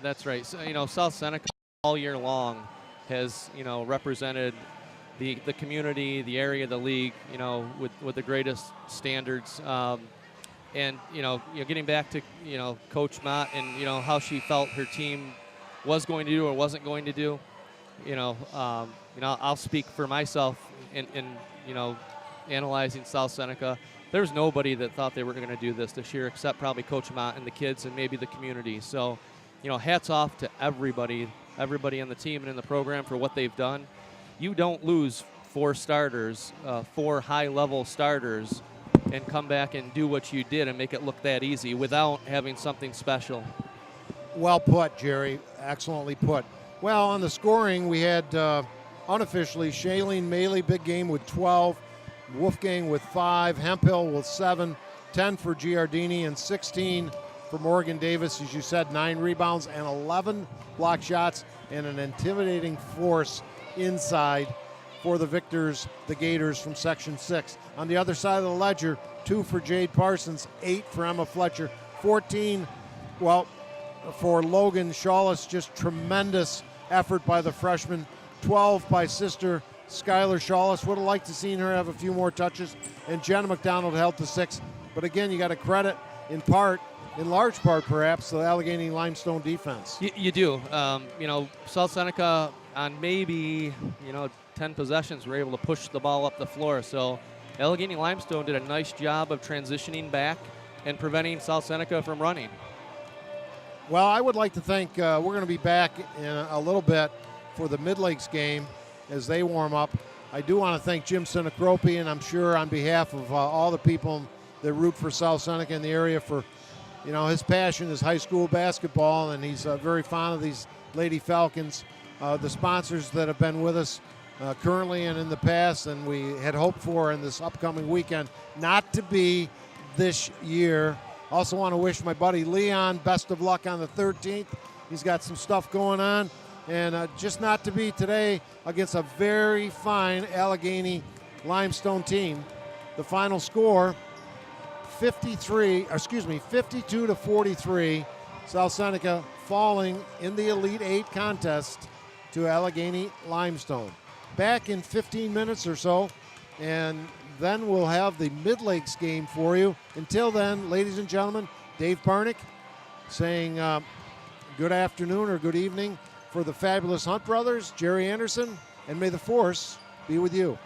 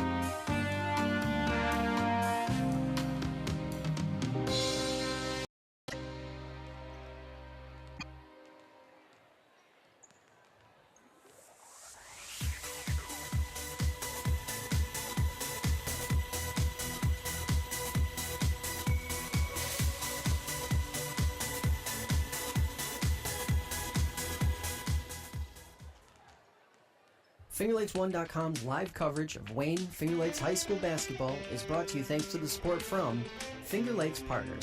Insurance for your life, home, auto, and future. Trust someone who lives in your community. With offices in Geneva, Waterloo, and Victor, visit Finger Lakes Partners online at fingerlakesinsurance.com. Ferrara Lumber and Building Supplies. Ferrara Lumber has been a fixture in the Seneca Falls area for almost 60 years. Start planning your next home improvement project at ferraralumber.com. Ferrara Lumber, supporting local high school athletes since 1959.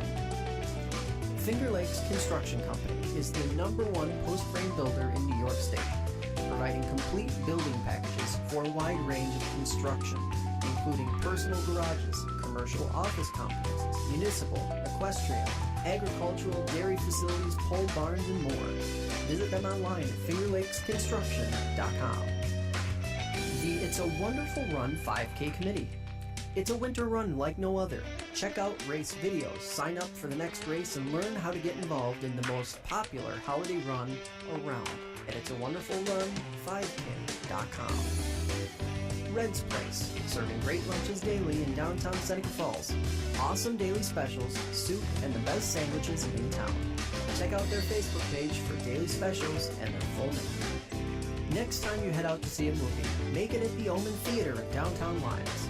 You'll love relaxing in the modern, renovated theater that has the old-fashioned charm and character of the original house first opened in 1950.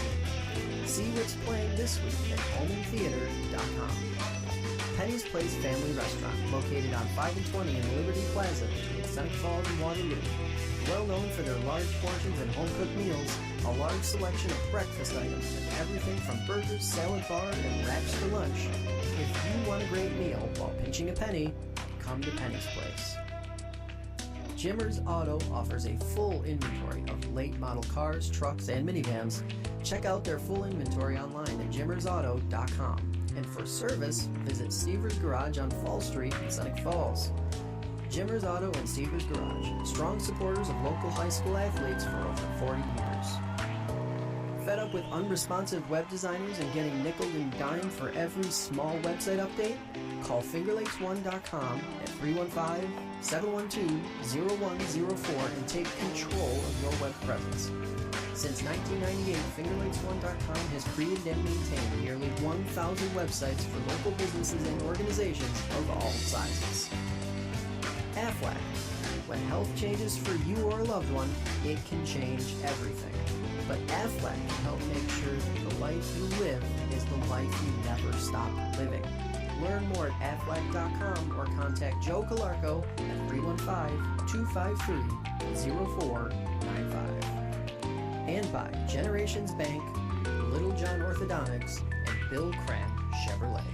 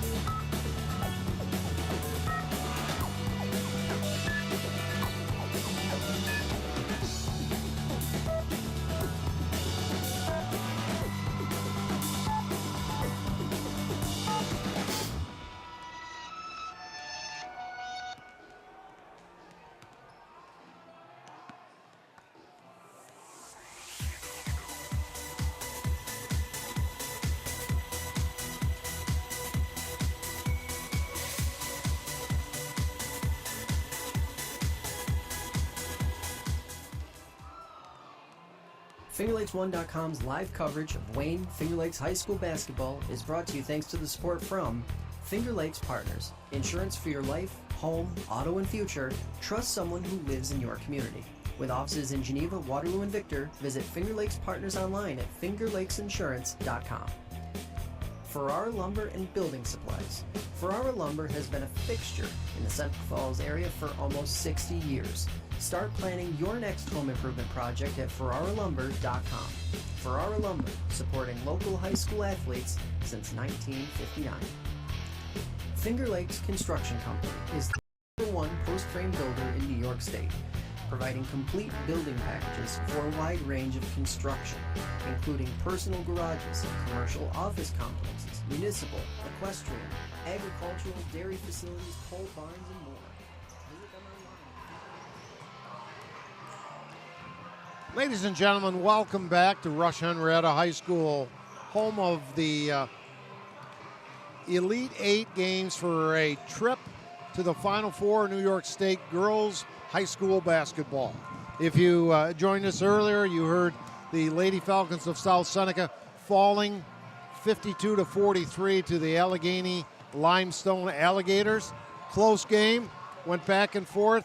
South Seneca couldn't quite come back all the way toward the end. But tonight, we get a chance, I get a chance especially, to see one of the top players, if not the best players in Section 5, Elena Forbes, and she has plenty of help. I'm Dave Barnick, along with Jerry Anderson, coach of the Miners Academy Blue Devils and member of a state championship team. That always sounds good. Like hearing that, it never gets old. Never gets old, Dave. 92? Yeah, that was a sensational team. I can give you the stat lines for the games if you want those, too. Yeah. I did remember I was talking to Jim. I think that crazy coach was George Mardigan. Yeah. Mardigan from Waterville.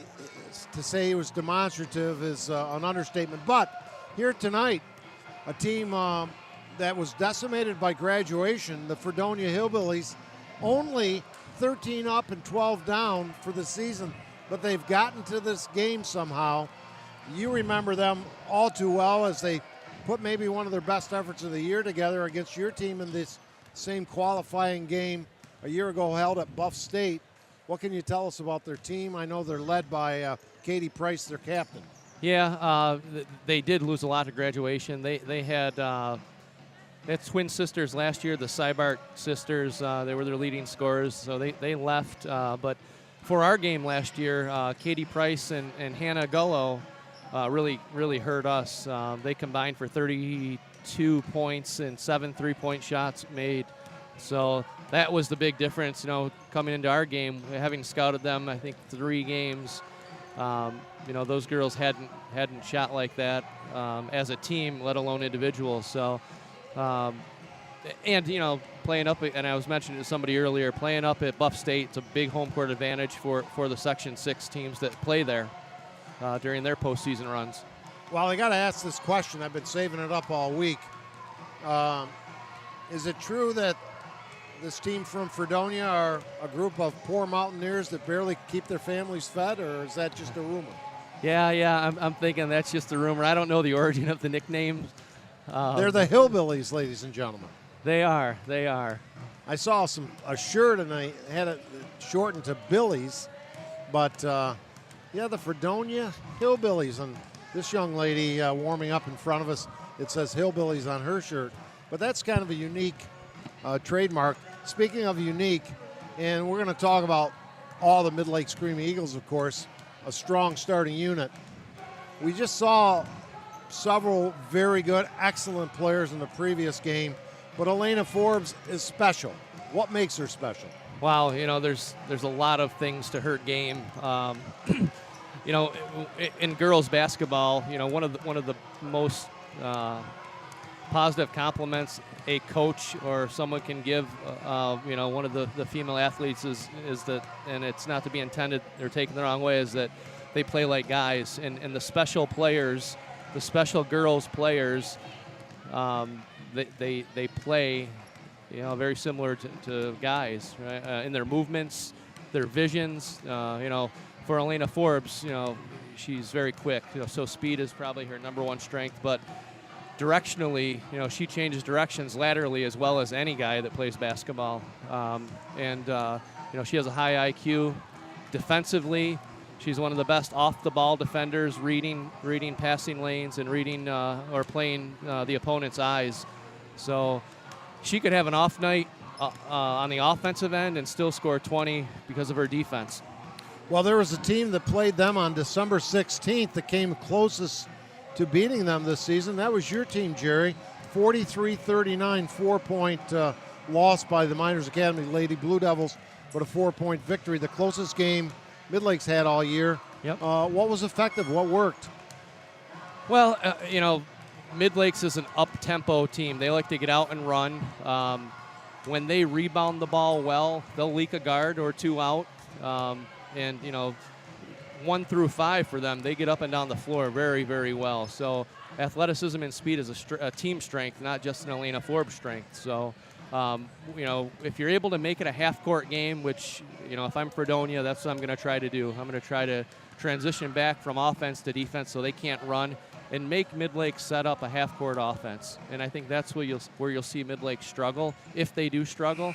Now, if Elena Forbes comes out and knocks down 3 threes in the first quarter of their half-court set, right, it's going to be a completely different game, and it looked like I don't know what I'm talking about. But the best chance for Fredonia is making it a half-court game, not allowing Midlakes to run. Yeah, and I'm not even sure they have a puncher's chance in this one. A lot of things would have to break just right, I would think, for them to have an opportunity to win this one. Although, they're still alive. They won their last 7 or 8 in a row. Some of these scores, as I look at the postseason romps for Midlakes, 81-27, 70-39 over a Pelmac team. A close one, Wellsville, 59-53, another well-coached team. And then a championship game dominated Bath, 70-40. Section 5 could use a win, too. They're 1-3 now after the first 4 games. Absolutely. So we have the public address announcer making some announcements. And listen to that Midlakes crowd. I remember years ago when they had some good boys teams, and that metal roof would really rattle at Midlakes. Oh, okay. And we have our national anthem. We'll be back after this timeout.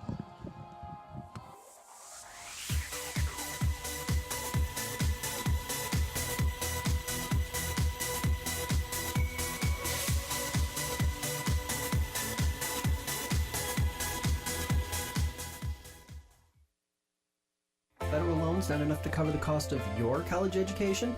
The private student loan available through Generations Bank can be the answer to your funding needs.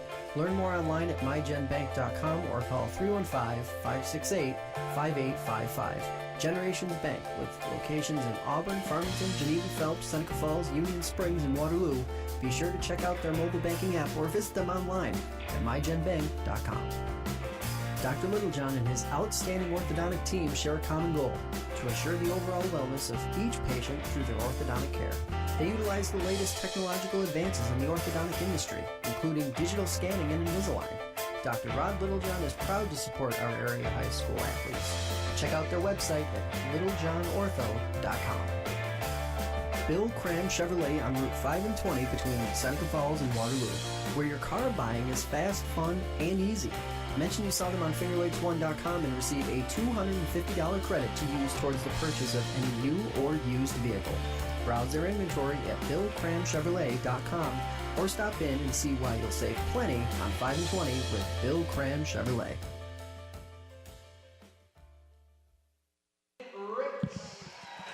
Correctly focus on Elena Forbes a lot, but she is not alone. It is not a one-man gang for the Midlakes team. It's a great point, Dave. One player is not going to lead their team this deep into postseason play. So when you look at Midlakes, they are a complete team. Kara Walker, just a freshman, averaging 14, 15 points a game. One of the best defenders in our league, if not the best defender. Macy Kisner, heck of an athlete, rebounder, can finish at the rim, and plays with speed. Sydney Pasalacqua also rebounds the ball well and finishes. And then Jordan Noya, their point guard, can knock down the three. So they are a complete team with contributions off the bench as well, with Claire DeBouver coming off as the primary guard off the bench. And Noya looks to be the only senior starter on their team, as lineups are being introduced here. A huge throng. You would expect that from Midlakes. They're undefeated. Their state ranking, I would guess, has to be very high. Yeah, they're number 3 in the state, and Fredonia's 24. Fredonia at 13 and 12. Again, off a fine storybook season a year ago. And Midlakes will be wearing their white uniforms with powder blue numerals, blue and black trim. The Hillbillies from Fredonia wearing, I think it's orange and black, not navy blue. I can't quite tell for sure. But they're just happy to be here, I would think. But nobody wants their season to end until it has to. Well, you know, the record can be deceiving for Fredonia, so I can assure you they're not just happy to be here. They want to get back to the States just like they were last year. That's right. I stand corrected.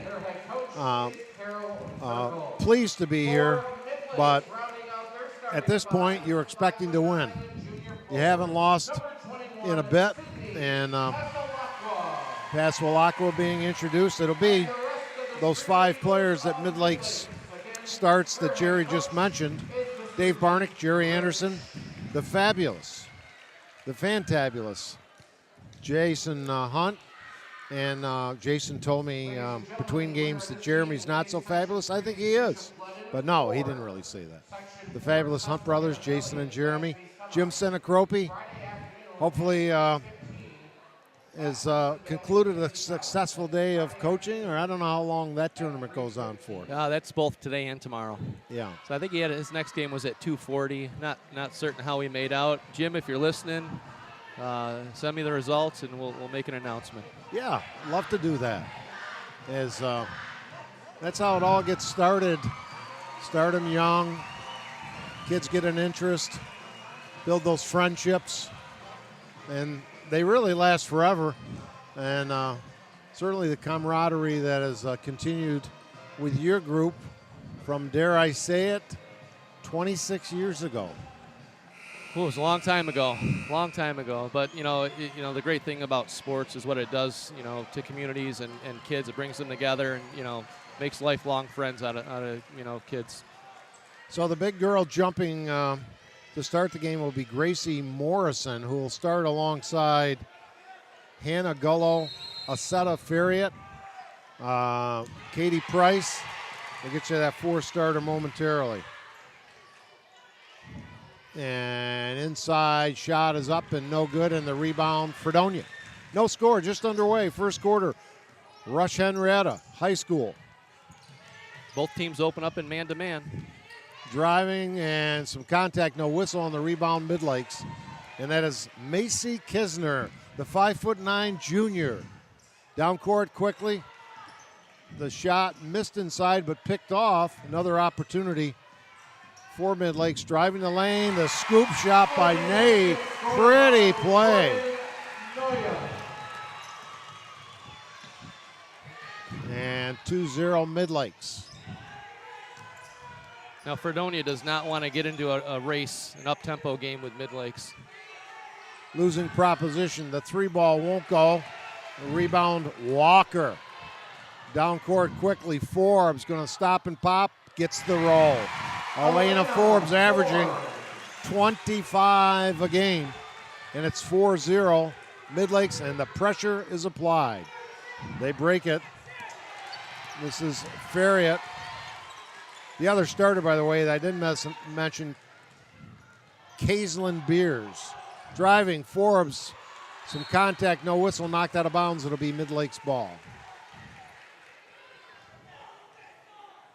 Yeah, you'll see a variety of presses tonight by Midlakes. They'll usually start out in a 2-2-1, and then they'll in the second half they'll go to a traditional 1-2-1-1 press. Inside feed, no, but a foul. And that should send Kisner to the line. Carol Walker. Excuse me. Those numbers are a little difficult at times from a distance to discern. So Walker, that's a great public address announcer's name. Walker at the line, gets the first. And she'll have another. And a shutout early here from Rush-Henrietta. I know, Noya, I got it right the first time, but not the second. Both free throws made, and it's 6-0. Everybody's a critic, Jerry. Yes, they are. But the boss can be one a little more than the others. Shot blocked and picked off. Here's Midlakes, down court, full court pass, football style, thrown up, no, but a foul. Oh my! And Dave, you'll see just in the first minute and 45 seconds how Midlakes likes to push the ball up the floor. That from the time the rebound happened, 3.5 seconds up the floor for a layup attempt. And Forbes at the line misses the free throw. And we were talking about that Holland team from a couple years ago and their great player whose name escaped me. Like Elena Forbes, she wasn't a big physical player as well, both listed at about 5'5". She misses 2 free throws here, and Fredonia will bring it up court.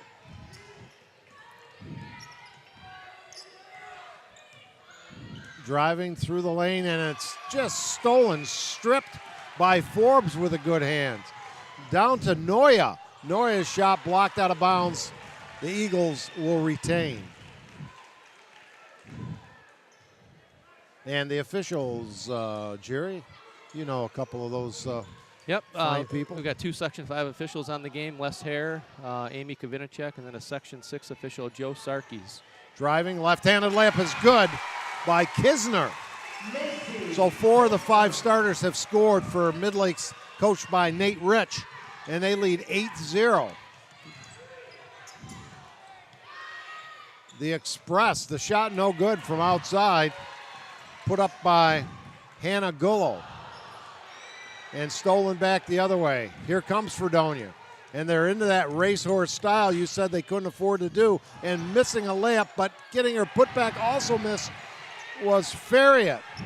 Although Fredonia retains, they have the chance. Once again, firing up a bomb, no good.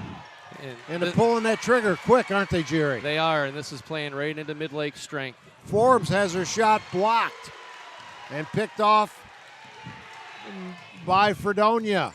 Down court, quickly, stop and pop, laying it up, and the bucket by Katie Price. 8-2. Forbes fires it up, no. Rebound, no. Put up again, no. Some contact, no whistle. And Fredonia with a chance to settle down perhaps and cut into that early 8-2 lead. Here's the stop and bop from long distance. The 3-ball is good by Katie Price. She is the leader of the team for the Hillbillies, captain and leading scorer at about 16 a game. Driving, stopping, blocked again out of bounds. The size a factor, but Midlakes retains possession and driving strong to the hole. Not scoring is Walker, but she got fouled and will shoot another pair. Breakneck pace, just the opposite of what we saw in the prior game. Yes, yeah. Both teams are getting up and down the floor well. I just don't think that's the style that Fredonia wants to play. Yeah, South Seneca loves to run, but Allegany-Limestone was able to neutralize that for much of the contest. And instead, Fredonia is engaging in that running play so far. Walker 3 out of her first 3 and hits the 4th as well. We've seen some fine foul shooting here this evening in both games. Pressure. We're not calling for Queen and David Bowie, but they break the pressure over the midcourt line.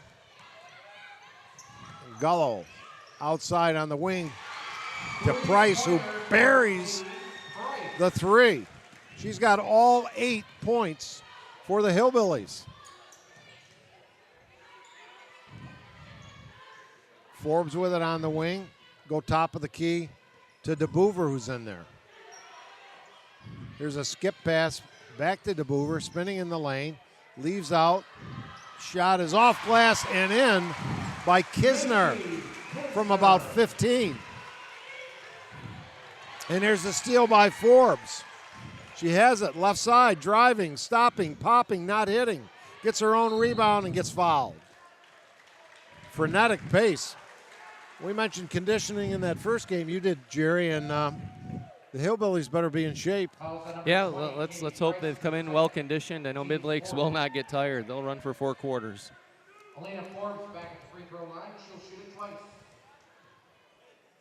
Elena, the junior at 5'5", dips at the line and misses her 3rd free throw. Gracie Morrison, number 34, returns for Fredonia. Checking into the game for the Hillbillies, number 3, Madison Goss. 12-8 your score, 3:22 remaining. First quarter. Elena eyes the hoop and misses again. Unusual? Not really. She's really streaky. She'll make 10 or 12 in a row, after in her next trips. Madison Goss in the game has the ball, fires up a runner from the right side. It won't go. And pushed from behind after getting the rebound was McKenna Colasino. Yeah, Midlakes will be shooting the rest of this quarter. Number 2, Shot, the game clock stopped at 3:05 on it, first quarter. That puts Midlakes into the bonus. Impressed with this crowd here on a Saturday night in Henrietta. At the line, Colasino hits the free throw. She'll have another. Jordan Noya, number 3, returns for the Screaming Eagle.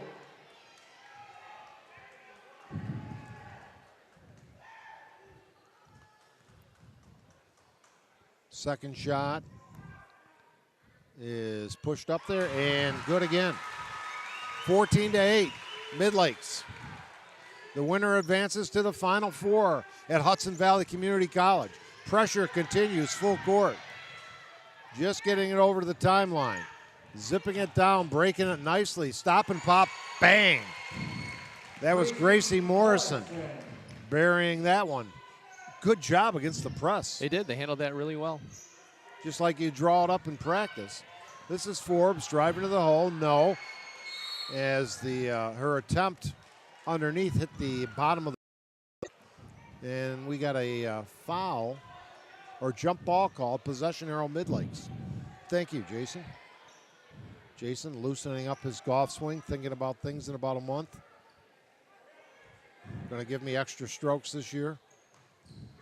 And pressure continues. And again, they break it. Looping pass, baseline 6-footer around the rim, no, and Forbes with a rebound. And looks to race it down court. Behind the back dribble, gets tripped up and lost the ball. Here comes Beers. Kaislin misses, gets his own rebound, no, but a foul. Well, Fredonia not backing off. They trailed 8-0 early. Yeah, this is not new or foreign territory to Fredonia, having played in the game last year and representing the far west in the state Final Four.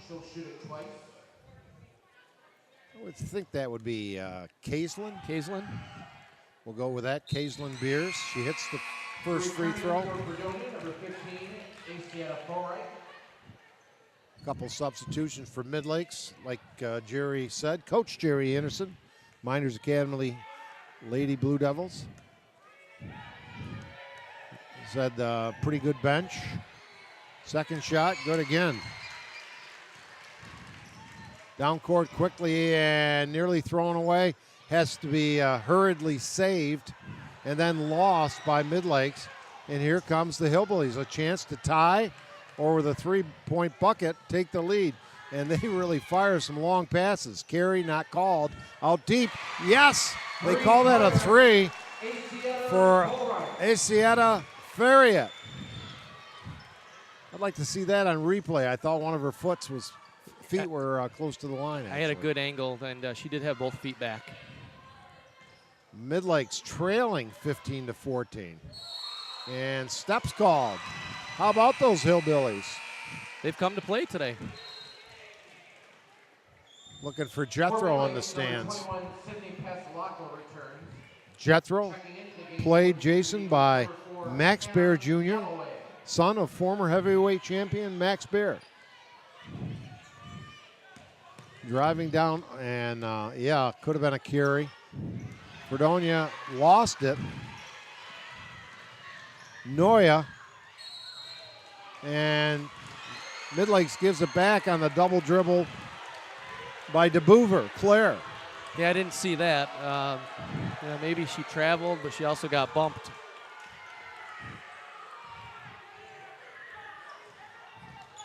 The pressure has been handled for the most part by Fredonia, and they have it up court. Here's the long three.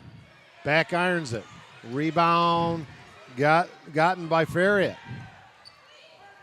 Blocked by the official a little bit, but the shot goes up and a Midlakes foul. Into the game also for Midlakes is Hannah Galloway. Foul to number 21. That foul will go against Passalacqua. Team second. 15-14. After that quick start by Midlakes, we thought maybe lights out early, but Fredonia has other ideas. At the line, 1 foot forward, dips, kind of an awkward-looking shot, and it results in a miss by Gracie Morrison. She'll have one more. She's listed at 6'1". And Shop puts up the second one and misses that as well, out of bounds. And they say last touch by a Hillbilly. Elena Forbes, number 12, returns for Midlakes. Fredonia coached by Carol Zirkel. I assume the same coach as a year ago. It is. Jerry. It is. Bringing the ball up court, Noya.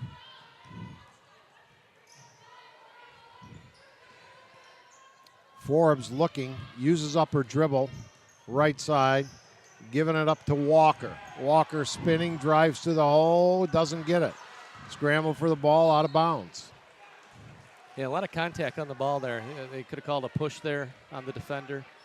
Thought she had both hands on the dribbler. Size-wise, Fredonia team reminds me, and you weren't at that game, reminds me a little bit of the Notre Dame Batavia team we saw Tuesday night at Marion. Yeah, they definitely have a size advantage. Farriott listed at 5'8". She looks a little bigger than 5'8". And here's a Fredonia steal. They lead by a point. 25 seconds left in the quarter. They throw it away. And I think the coach was getting their attention. Some fans yelling, hold for one. Well, they threw it away. Kind of an unforced error there. But when you get caught up in that pace sometimes, right, Jerry? And that's what Midlakes tempo does to you, right? There's probably been 3 or 4 of those types of turnovers. They weren't really pressured, but they've got the pace pushed. Now, Midlakes and Forbes may hold for one. Elaine, stop and pop, 17-footer. Swish. Elena Forbes. And that'll do it. They retake the lead 16-15 after one. Back with more after this.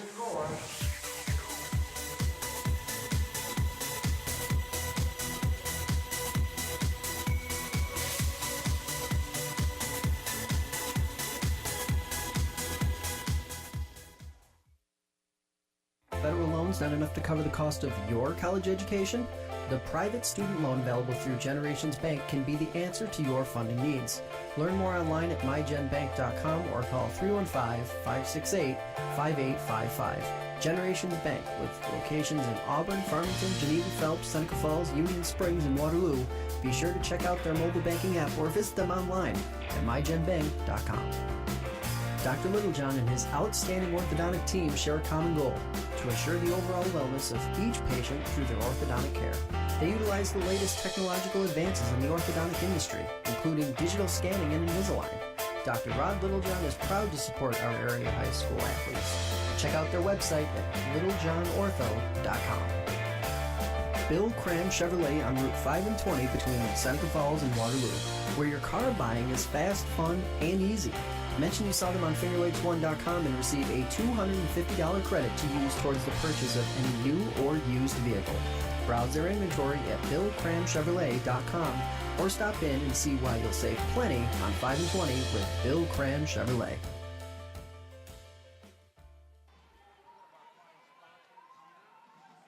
Bill Cram, also our Bill Cram halftime show. We'll be reviewing all the scores at halftime that have occurred here today. This is the final game, and Fredonia more than holding their own despite being a heavy underdog. And Midlakes has the basketball. Forbes going to take it to the hole. Gets blocked, and the shot picked off. Nice play inside by the big gal, Morrison. Outside, the three-pointer rims out. Rebound and a foul as Beers went up with it. The little gal inside for Fredonia was fouled from behind by Pasalacqua. And that's her second.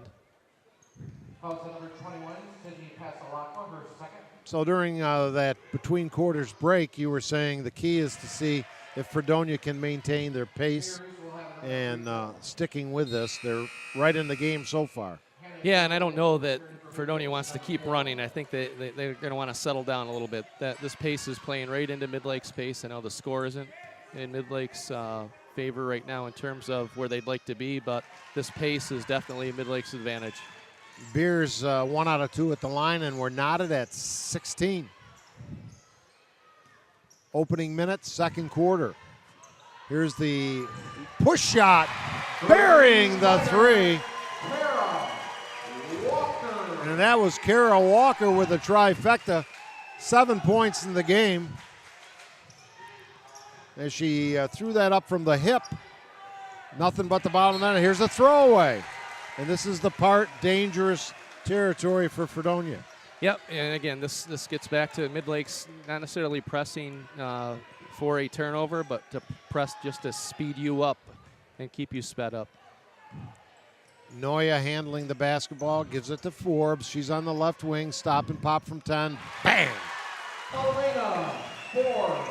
3 field goals, 6 points for Forbes. 21-16. Up 5 by Midlakes. Here comes Fredonia. 13 up, 12 down on the season. The sophomore Beers drives off glass and good. Impressive little sophomore guard. Forbes behind the back dribble.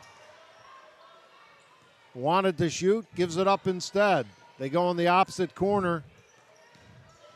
Right side to Vasquez, who's in there. And here's a shot or pass deflected and picked off. Here comes Fredonia. Tricky dribble, leaves for Beers. Fredonia working the ball nicely. Turnaround jumper off glass. No. Rebound Beers. No foul. Lots of contact. Rebound put up and in by Faria. Letting the lot go inside, aren't they, Jerry? They are. It looks like there was contact on both of those shots. 21-20, just when Midlakes seemed to get a little breathing space. The Hillbillies come back, and they have yet another turnover by Midlakes. Undefeated Midlakes. Beers, the sophomore. Swing it out. Now in the corner they go to Gullo. Shot from the wing from Katie Price. Katie Price for 3. 3 trifectas for Price. She's in double figures with 11. 23-21. Fredonia. Forbes driving behind the back dribble, gets fouled, kind of bailed out a little bit. But that's what she does, I assume, likes to take it strong to the basket. Number 15, Does she shoot many threes, Jerry, as well? Who's that? Elena?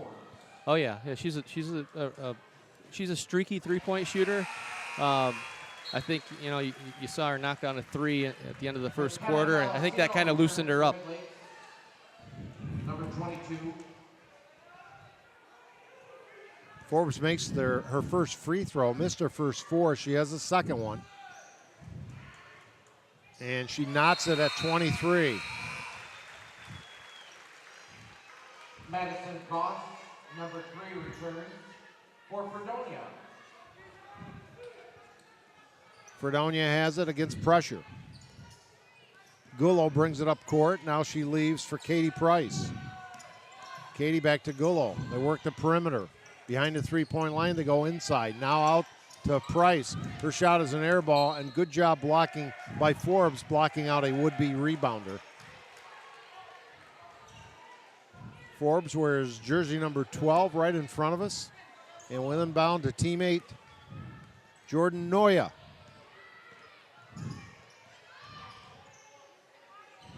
Forbes with it, driving, stopping, high arcing shot, in and out. Rebound put up, no. And here comes Fredonia, and Forbes with a steal. Athletic play, driving, stopping, popping, not hitting. Rebound put up, no. Rebound by Forbes this time, no. 3 opportunities, they got a 4th try, yes! And it counts. Forbes with a bucket and 1. Yeah, give him a kind of Colasino credit there for keeping it alive on Forbes' first miss, and then Forbes sticking with it.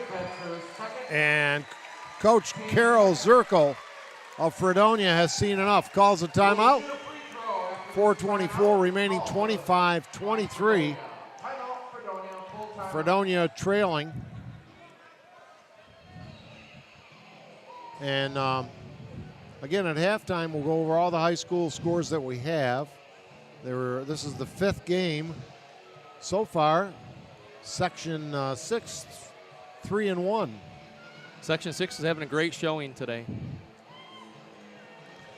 Dave, we talked about Jim not being able to join us today, handling the coaching duties for the 6th grade travel tournament. They did win their 2nd game. First game, they were led by Jim's daughter, Jackie Seneca, with 14 points. And as well as Lorna McDermott. I believe she had 8 or 10. And then second game, big game from Madeline Verkey with 20 points, and Mariah Karolounis with 8, a career high. Laura McDermott, if I'm not mistaken, the granddaughter of my golfing buddy, The Rock, Rocky Graziano. It is, yep.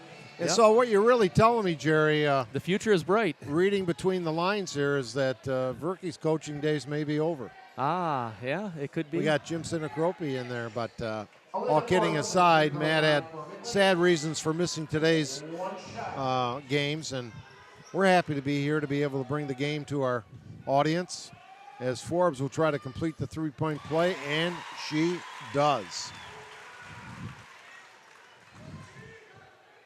26-23, pressure continues. Still in the backcourt, trying to get it over. They do, and they find Goss with it, and she gets it into Morrison, who scores. Great press break, getting the ball up the sidelines, looking to the opposite wing for the cutter. 1-point basketball game. Exactly halfway through, and a line drive jumper from the baseline. Good by Colasino. 4 in the game for her. The pressure relentless by Midlakes, but Fredonia breaks it. Beers with it, now a tie-up. Fredonia will retain possession. Beers girl for Fredonia, kind of a striking resemblance to Mackenzie Kenyon from South Seneca years past. 1 year ago, actually. Yeah, there is a similarity there. She's concluded her season, I believe, at Tompkins Cortland Community College. Anyway, Beers with it on the wing. Going to drive. Throws up a runner. No. Her own rebound. Yes. What a good second effort by the sophomore. Impressive here. And the visitors within 1. That being the Section 6 team. And Forbes may have tweaked her ankle as she's grimacing a little. Whistle away from her, and now she's walking that off. I know she did roll her ankle in that finals game against Bath. Yeah, you hurt that ankle that first time, and it happens repeatedly if you play ball, and you think you're going to die, but usually you can work out of it. Driving, stopping, Midlakes with it. That's Noya. And what do we got, a whistle? They got a clear out offensive foul on Carol Walker. So it's Forbes, Walker, Colasino, Noya, and down court quickly. And right here again, the great hands.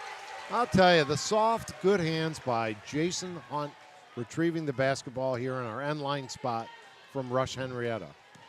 Kind of like Phil Mickelson, aren't you?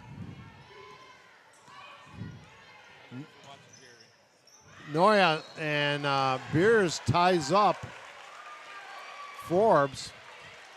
Well, nobody has informed Fredonia that they were supposed to roll over here tonight, have they, Jerry? They haven't, and this is kind of resembles a little bit of the game last year. They came in with, not the record that you would expect of a champion in terms of like a 20-4 or 20-2, but they're just a well-coached team. They're playing hard. Forbes misses a 3-ball, and it's picked off by the Hillbillies. That was saved nicely by Gullo over to Price, and now up court and setting up the offense. Trailing by a point, a chance to take the lead back. Spinning in the lane, stopping, lost it. Forbes with Midlakes with a steal. Down court quickly, missing the layup was DeBoover, and here comes Fredonia the other way, and nearly stripped from Gullo. She gets it over to Beers. She has it stripped, stolen the other way, and we got a whistle. And I think a Fredonia foul. That'll be Katie Price. I think that's her first. Fouls on number 20, Katie Price. That's her third. 28-27. Third, that's big. Wow, that's huge. She's the leading scorer, and I would suspect we won't see her until the second half.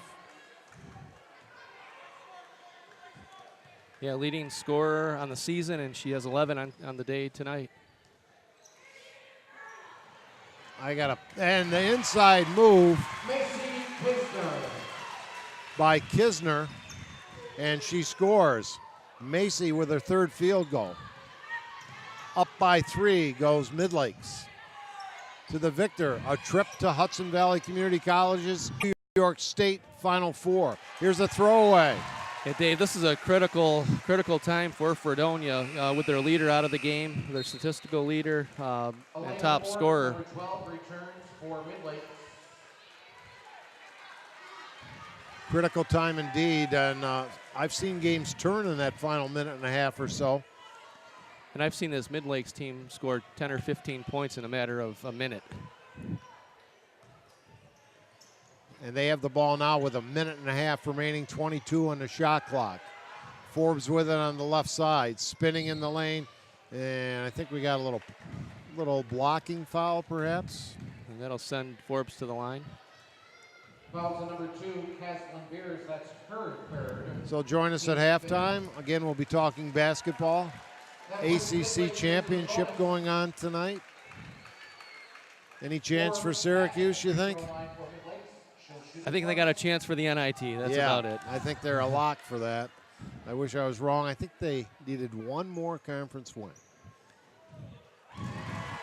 Virginia versus North Carolina in the ACC final, by the way, as Forbes connects from the charity stripe. She'll have another. Mr. First Four has made her last 4. She'll have another. Shot is up. Good. And the lead at 5, I think, equaling the largest lead of the. No, it was 8-0 to start the game. That's right. So interesting enough, Dave, the top 2 scorers for Fredonia are both on the bench right now with 3 fouls. Where will they get their offense from? Bottled up, uses up her dribble already, was the player for Fredonia. And here's a missed shot. Here comes quickly Fredonia. Forbes the other way, lay it up and in. Just like that. 34-27. Midlakes. Tricky dribbling. This is Gullo. Around the perimeter. Got away with steps. And NBA move right there by Farriott. No. Some contact inside. A lot of physicality going on. Yeah, there was a lot of contact there. I thought that Farriott got away with a walk on her initial drive. Fouls on number 22. Maddie Marsh, that other player in the game, had trouble locating that on my roster initially. Midlakes defensively, and they get it inside, and that was Gracie Morrison, the tall girl at 6'1", with a soft 6-footer off the glass. 34-29. Big hoop, really, for it was. It Fredonia. stopped the bleeding a little bit. Midlakes trying to answer, driving, spinning, tied up, lost it, and did we get an offensive foul called on Midlakes? Yeah, against Kisner? I think that's the right call. She tried to go up and under, and she caught her with her elbow coming through up top. No intention there, but I think that is the right call. Nate Rich lobbying the official nearest him.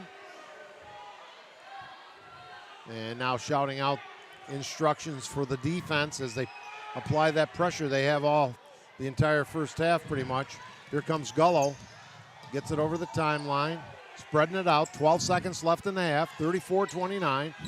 Fredonia trailing but with the ball. Driving to the lane. Throws up a runner. No, but a foul on Midlakes will send Fredonia's Hannah Gullo to the line for a pair. Colasino with that personal. Shot is missed. Claire DeBoover, number 10, returns for Midlakes. Just 6 seconds left in the first half here. Dave Barnick, Jerry Anderson, Jeremy, and Jason Hunt. Jeremy on camera, Jason, the producer of tonight's contest, our doubleheader.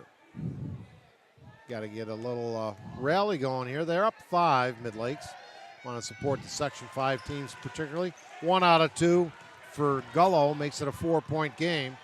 Here comes Forbes. Will she get it off? She does. High arcing shot. Short. 34-30 at the half.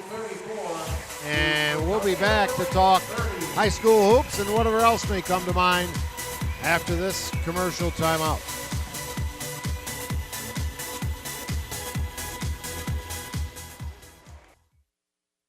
FingerLakes1.com's live coverage of Wayne Finger Lakes High School basketball is brought to you thanks to the support from Finger Lakes Partners. Insurance for your life, home, auto, and future. Trust someone who lives in your community. With offices in Geneva, Waterloo, and Victor, visit Finger Lakes Partners online at fingerlakesinsurance.com. Ferrara Lumber and Building Supplies. Ferrara Lumber has been a fixture in the Seneca Falls area for almost 60 years. Start planning your next home improvement project at ferraralumber.com. Ferrara Lumber, supporting local high school athletes since 1959. Finger Lakes Construction Company is the #1 post-frame builder in New York State, providing complete building packages for a wide range of construction, including personal garages, commercial office complexes, municipal, equestrian, agricultural, dairy facilities, pole barns, and more. Visit them online at fingerlakesconstruction.com. The It's a Wonderful Run 5K Committee. It's a winter run like no other. Check out race videos, sign up for the next race, and learn how to get involved in the most popular holiday run around at itsawonderfulrun5k.com. Red's Place, serving great lunches daily in downtown Seneca Falls. Awesome daily specials, soup, and the best sandwiches in town. Check out their Facebook page for daily specials and their full menu. Next time you head out to see a movie, make it at the Omen Theater at downtown Lyons. You'll love relaxing in the modern, renovated theater that has the old-fashioned charm and character of the original house, first opened in 1915. See what's playing this week at omentheater.com. Penny's Place Family Restaurant, located on 5 and 20 in the Liberty Plaza between Seneca Falls and Waterloo. Well known for their large portions and home-cooked meals, a large selection of breakfast items, and everything from burgers, salad bar, and wraps for lunch. If you want a great meal while pinching a penny, come to Penny's Place. Jimmer's Auto offers a full inventory of late model cars, trucks, and minivans. Check out their full inventory online at jimmersauto.com. And for service, visit Seaver's Garage on Fall Street in Seneca Falls. Jimmer's Auto and Seaver's Garage, strong supporters of local high school athletes for over 40 years. Fed up with unresponsive web designers and getting nickeled and dimed for every small website update? Call FingerLakes1.com at 315-712-0104 and take control of your web presence. Since 1998, FingerLakes.com has created and maintained nearly 1,000 websites for local businesses and organizations of all sizes. Aflac. When health changes for you or a loved one, it can change everything. But Aflac can help make sure the life you live is the life you never stop living. Learn more at Aflac.com or contact Joe Calarco at 315-253-0495. And by Generations Bank, Little John Orthodontics, and Bill Cram Chevrolet.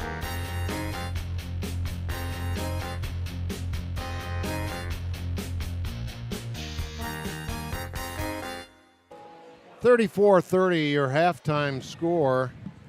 Midlakes in front, but Fredonia has hung tough, leading for a good portion of this first half. Midlakes spurted out to the 8-0 lead to start, and you wondered if it was going to be a rout.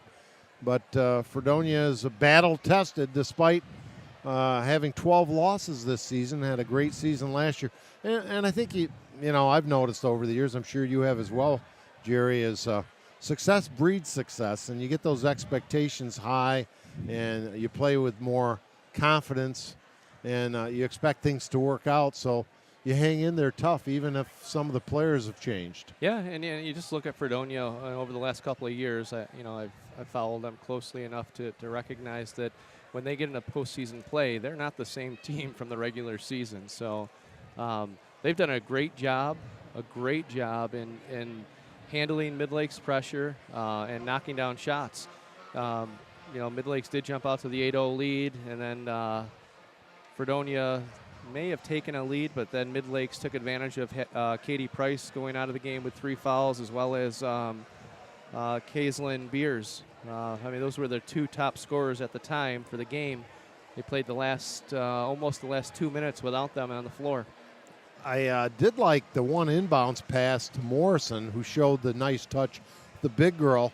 I think that might be one strategy to get her a few more touches down low against Midlakes. Midlakes not a particularly large physical team. They're more predicated on their speed. Yeah, that's right. If Midlakes has a weakness defensively, it would be defending the post. They have athleticism, but they don't have height.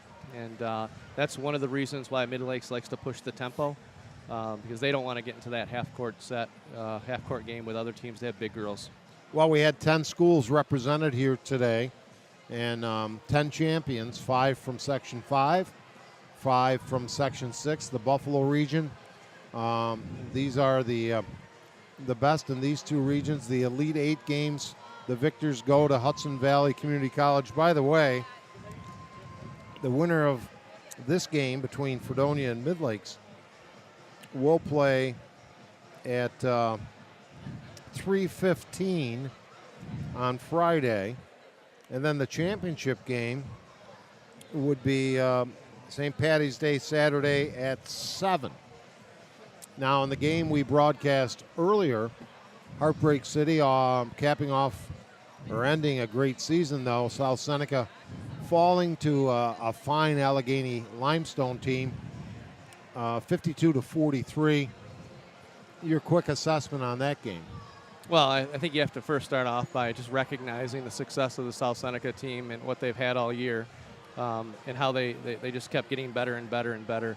In terms of that game specifically, I don't think South Seneca really got into the tempo that they wanted to get into.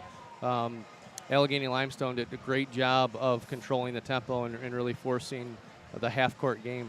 When South Seneca was able to get out and run, is where they had a lot of their success offensively. Yeah, they had spurts, but they really sustain it, and their moments in that 9-point loss, Heartbreak City, but a great season for Heather Mott, Bob Mott, the entire crew. Skylar Shawless, her last game as a senior South Seneca Lady Falcon. She'll be back just like Kelsey was today to watch her other 2 sisters play. Logan, who was outstanding, and Chloe, who's an 8th grader, on her way up, no doubt.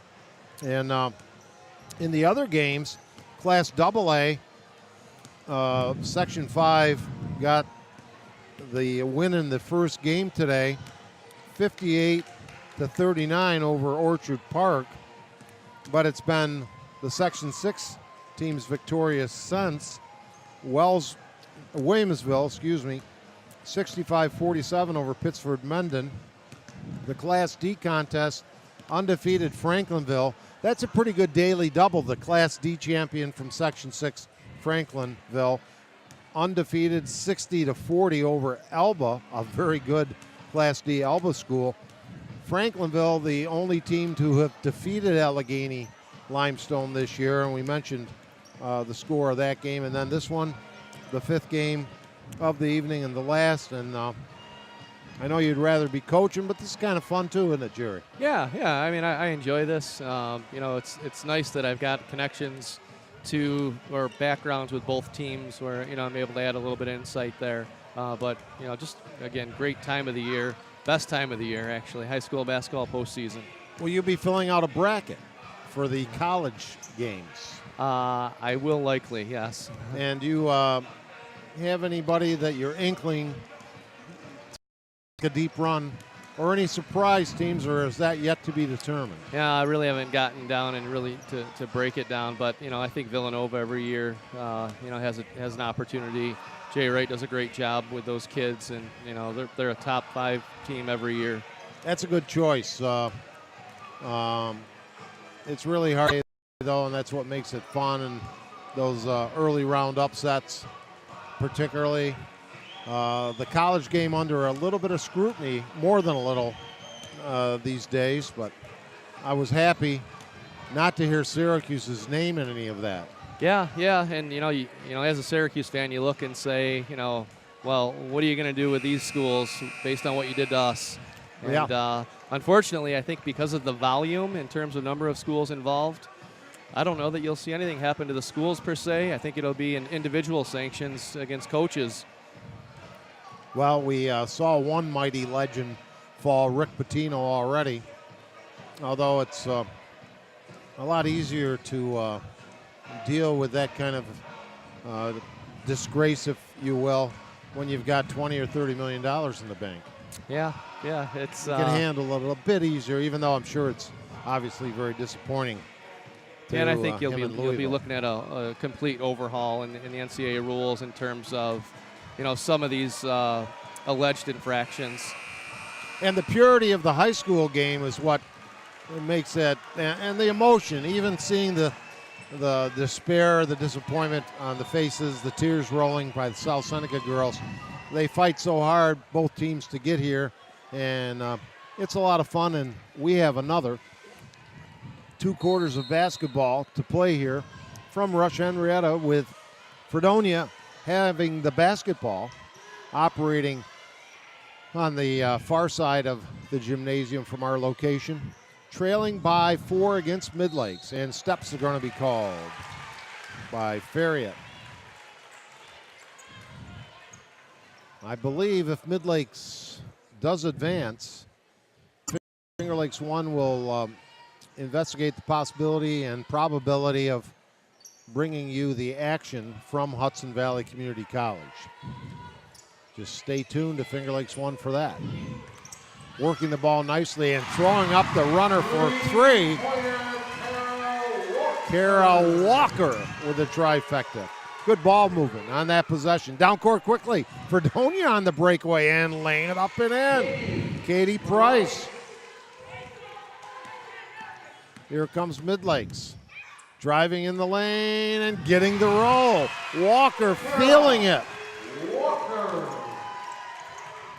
Dave, when we talk about Midlakes, we often talk about Elena Forbes, and rightfully so, but you've got to look at Kara Walker. And if you saw Kara Walker last year versus this year, you'd just be so impressed with, the strides that she's made to improve her game. Fredonia answered, but I'm not sure who connected on that last bucket, Jerry. That was Farriott down in their end. Pasalacqua just answered quickly, and we had a quick timeout, a 7-point lead. The pace, again, Coach Jerry Anderson to my right here saying this is something that Fredonia probably doesn't want to get into, because can they sustain the pace, the frenetic pace that Midlakes wants? Timeout on the court. So getting back to Kara Walker, this is the second game I've seen her here in Rush-Henrietta, and I don't think she's missed a 3-point shot yet. And that was not a strength in the beginning of the season, so she's continuing to improve her game.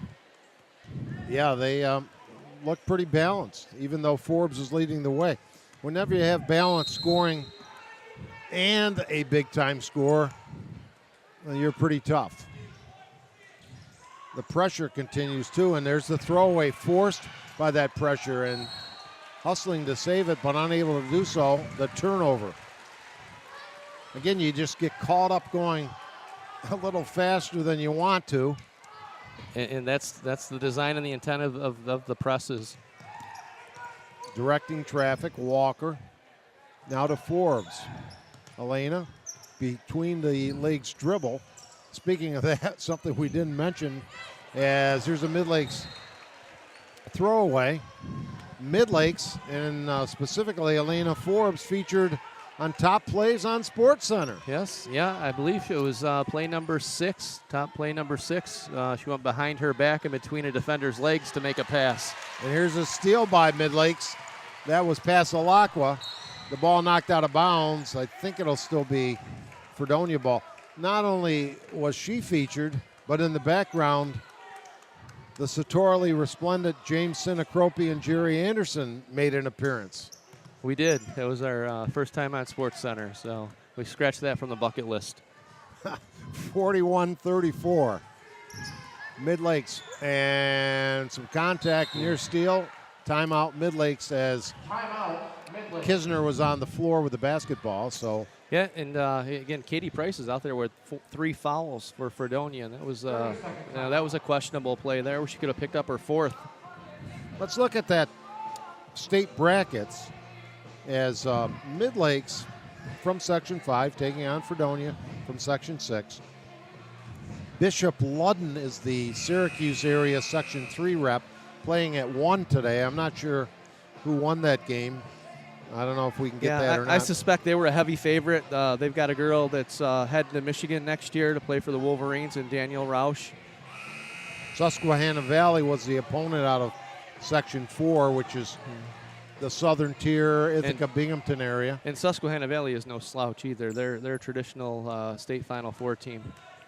So the winner of these 2 games, again, will do battle at 3:15 next Friday from Hudson Valley. Driving, the little step back jumper is good by Forbes. Oh, what a nice looking move. Cleared space with a step back, the drop back. We have our biggest lead. 9 for Midlakes. Noya, Forbes, Kisner, Walker, Pasalacqua. Here's the push shot. Out deep, no, but the rebound put up, and that is short and picked off by Kisner. Here comes Midlakes driving, bounce pass inside, laid up and in. Just a great feed by Jordan Noya on that. Noya finds Pasalacqua and the pressure right away. Lead up to 11, danger time. Will Robinson. Here's a steal. This is Forbes, and she's tied up. Good hands by Gullo to stop Forbes without fouling. Timeout. And what is this, our 3rd time out of the quarter, I think. I believe it is. Oh, that game is tomorrow. 1 o'clock tomorrow. That Ludden Susquehanna Valley games. That's unusual, I would think. Maybe not for that section. Again, ladies and gentlemen, At place. the next play in the state semifinal. And there's that sign. I see that sign. And that my friend Joe Brewer had pointed out. The young lady behind the Midlakes bench. You see a couple in burgundy. And there's that sign if we can get Jeremy to catch it. I think he's got it. And what's nice about that is the young lady at 90 years of age sitting next to my buddy who only looks to be 90 years old. I'll have to tell him about that on the ride home. Thanks for pointing that out. That, again, is the coach's grandmother. Midlakes by 11. Forbes with it out front. Looks for a pick, instead goes right wing. Dribbling, stop, drop back, air ball. Lost out of bounds. So Fredonia, again, well, what else is new? Like the old Newark basketball teams, boys teams, Jerry. Press, press, press, right? Yeah. On the perimeter. Driving and getting tied up. It's amazing how many jump balls, tie-ups we've had. Oh, or somebody called it. One official had it as a jump ball. I saw the signal, I thought. The other official called a foul. And at the line and converting is Katie Price, leading scorer, having a fine game. She does have the 3 personals. I got her with 14 points so far. Make it 15. And the lead, though, still 9 for Midlakes. Walker now gets it out, top of the key. Noya directs traffic, goes inside as she dishes off. Forbes, stop and pop. Short. Rebound, no, but a foul. That will send Kisner to the line. Confident-looking group of ladies Screaming Eagles. Foul on number 15, ACNF Bright. Her third, team's first. Kisner looks, eyes it, misses. She'll have another.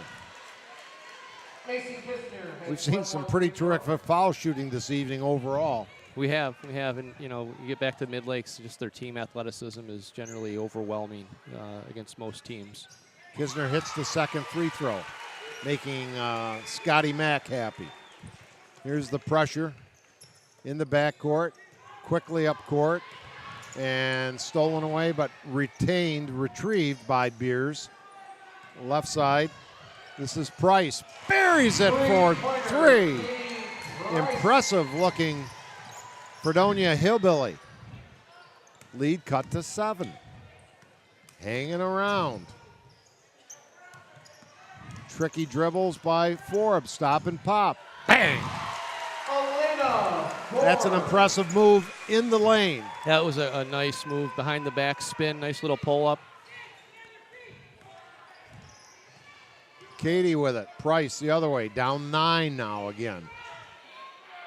Over to Beers, the sophomore. In the corner, the deep 3 won't go. Rebound. Big girl may have pushed off a little. Yeah, I think she got away with two in the back there. For Morrison, though, with a nice soft touch on the baseline. Little 7-footer. Driving is Walker. Bounce pass to Pasalacqua. They bring it back out front. And now they get it back. Walker tries again, and I don't know how that didn't go in. Follow-up, no. Walker again this time, Pasalacqua with the bucket with the triple effort. And now you're wondering, fatigue settling in a little bit? I think you're going to start seeing that as we get deeper and deeper here in the third. Although Fredonia breaks the press and having to come from behind, Hannah Gullo was the hustling Noya, who batted it out of bounds. So Fredonia, with 2:44 remaining, trailing by 9, will inbound underneath their own basket.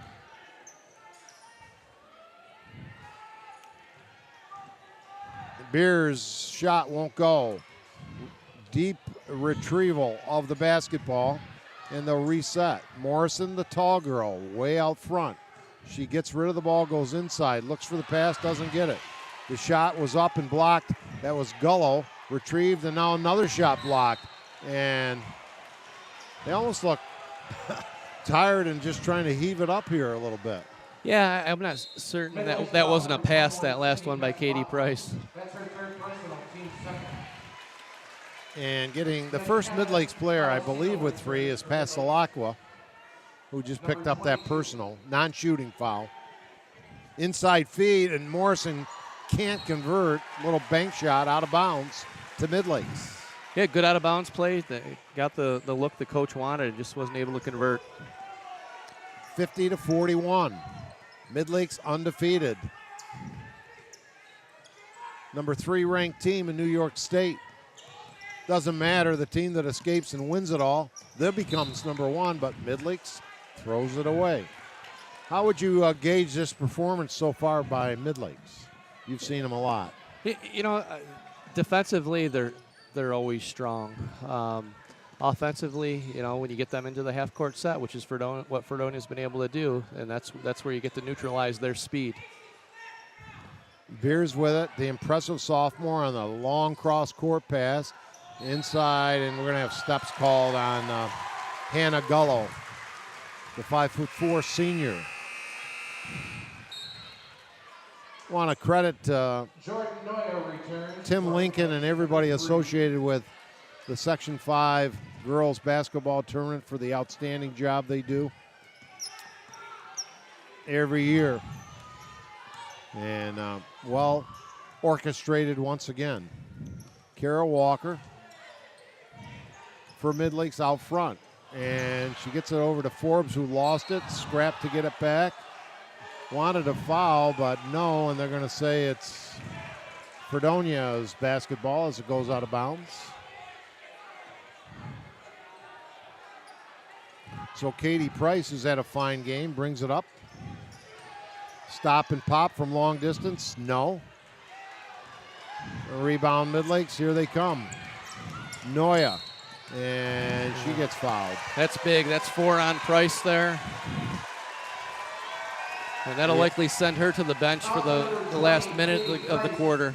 That's what happened in the second quarter, too. Macy Kisner, number 11, returns for Midlakes. Coach Zirkle staying with Price. Forbes will inbounds. Now out front, first time in the game for, no, she wasn't. Oh, DeBoover gets it over to Forbes, hits the 3 ball.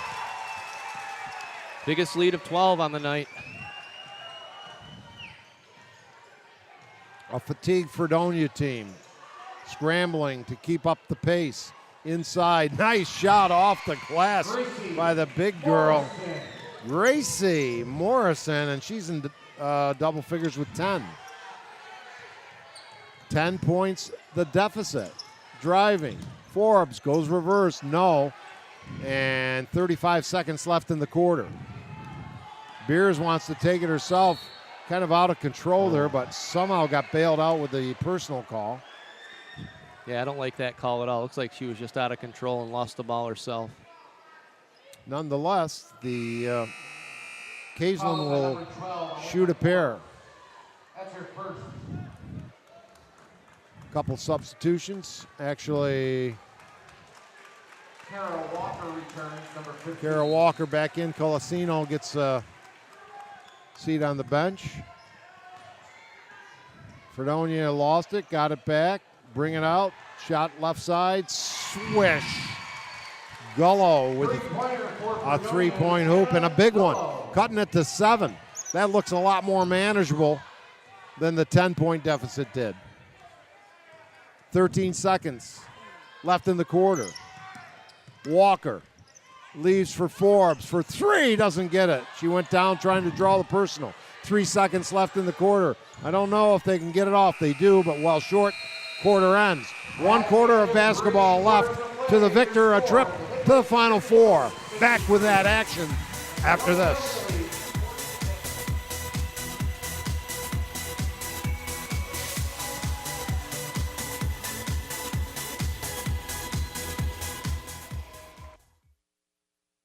Federal loans not enough to cover the cost of your college education? The private student loan available through Generations Bank can be the answer to your funding needs. Learn more online at mygenbank.com or call 315-568-5855. Generations Bank, with locations in Auburn, Farmington, Geneva, Phelps, Seneca Falls, Union Springs, and Waterloo. Be sure to check out their mobile banking app or visit them online at mygenbank.com. Dr. Littlejohn and his outstanding orthodontic team share a common goal: to assure the overall wellness of each patient through their orthodontic care. They utilize the latest technological advances in the orthodontic industry, including digital scanning and Invisalign. Dr. Rod Littlejohn is proud to support our area high school athletes. Check out their website at littlejohnortho.com. Bill Cram Chevrolet on Route 5 and 20 between Seneca Falls and Waterloo, where your car is fast, fun, and easy. Mention you saw them on FingerLakes1.com and receive a $250 credit to use towards the purchase of any new or used vehicle. Browse their inventory at BillCramChevrolet.com or stop in and see why you'll save plenty on 5 and 20 with Bill Cram Chevrolet. Trying to remember, Jerry, was it 11 or 12 the largest deficit? 12 was Midlakes' largest lead. They have it up, or they're on defense now, up 7, near throwaway, and unable to retain it in their backcourt, or in their front court was Fredonia, and they trail by 7 and give it up. We don't really do requests sometimes on Saturday nights. We got a guy wanting stats, Jerry, more stats, so I can tell him the Celtics are 17-time world champions, if that counts as a stat. The Yankees have won 27. Here's a scramble for the ball, driving to the hole, not getting it to go, and Walker was a couple of feet out of bounds when the ball fell into her hands.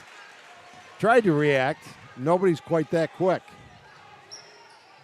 Down 7, Fredonia trying to make a run here in the fourth quarter. Zipping it around the perimeter. Good ball movement. The bomb is good. Katie Price with another 3-ball. Her 5th of the night. And a foul as Forbes took it to the hole. I've got Katie, let's see here, unofficially, 21. I'm with you. I think she's probably the leading scorer in the game, although Forbes got to be close, would have to add those up. She's at the line now and gets the free throw. That's her 23rd point on that made free throw. So matching each other, the two standouts for each respective team. And in and out, and Fredonia gets the rebound. 5-point basketball game. High dribble by Katie Price. Going to leave off for Beers and cut to the other side. They go in the corner to Gullo.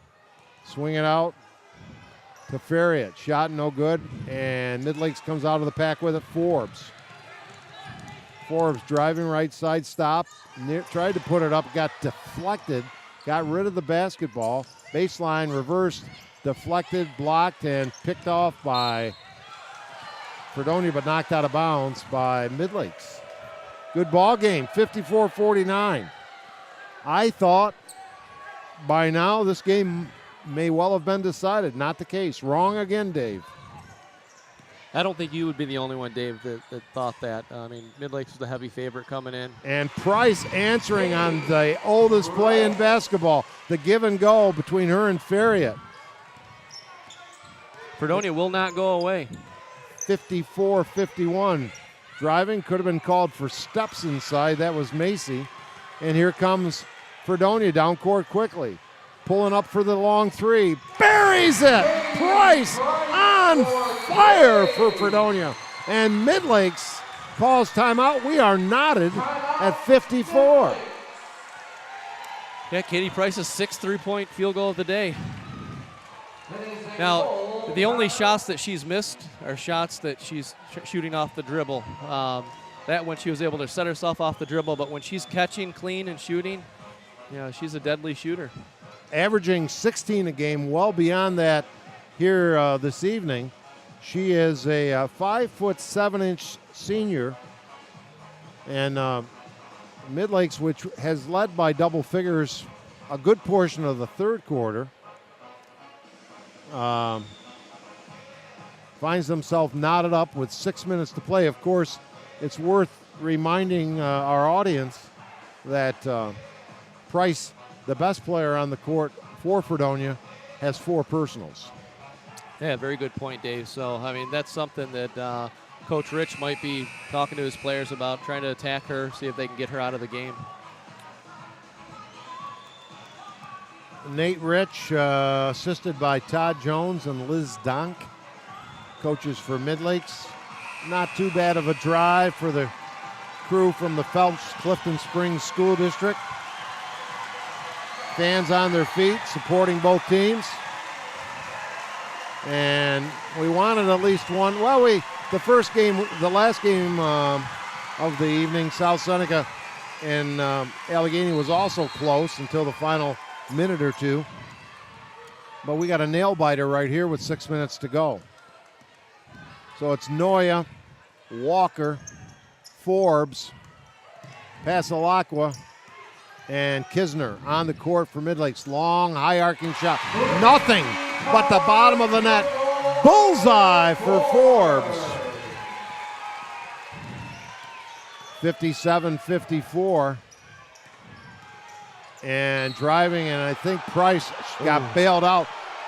There was contact. Actually, I thought she may have traveled before the contact. Yeah, so I think they got a push from behind, but if that push didn't happen, we were looking at number 5 on Katie Price. With a Kara charge. Walker had great position. 57-54. Fredonia has it, trailing by 3. Not any longer. Price, an amazing long shot. Actually hit glass from the corner and went in. Filling up the scoring column, and we got a whistle and foul the other way. This team is playing loose and confidently right now, Jerry. You can tell with that last shot, she banked that 3 in. So, they've overcome an 11-point deficit once and a 12-point deficit once. So they are here to play. Forbes shot misses. She'll have another. Elena and Katie Price, respectively, filling up the stat sheet for sure. Second one is around the rim and good. And Midlakes by a point. Nearly throwing it away was Morrison, but they retain it now, pushing the other side, burying the 3. Hannah Gullo. It's catchy.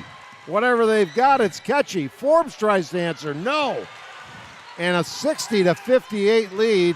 Beers gets absolutely mauled. Somehow comes out of the pack, gets rid of it.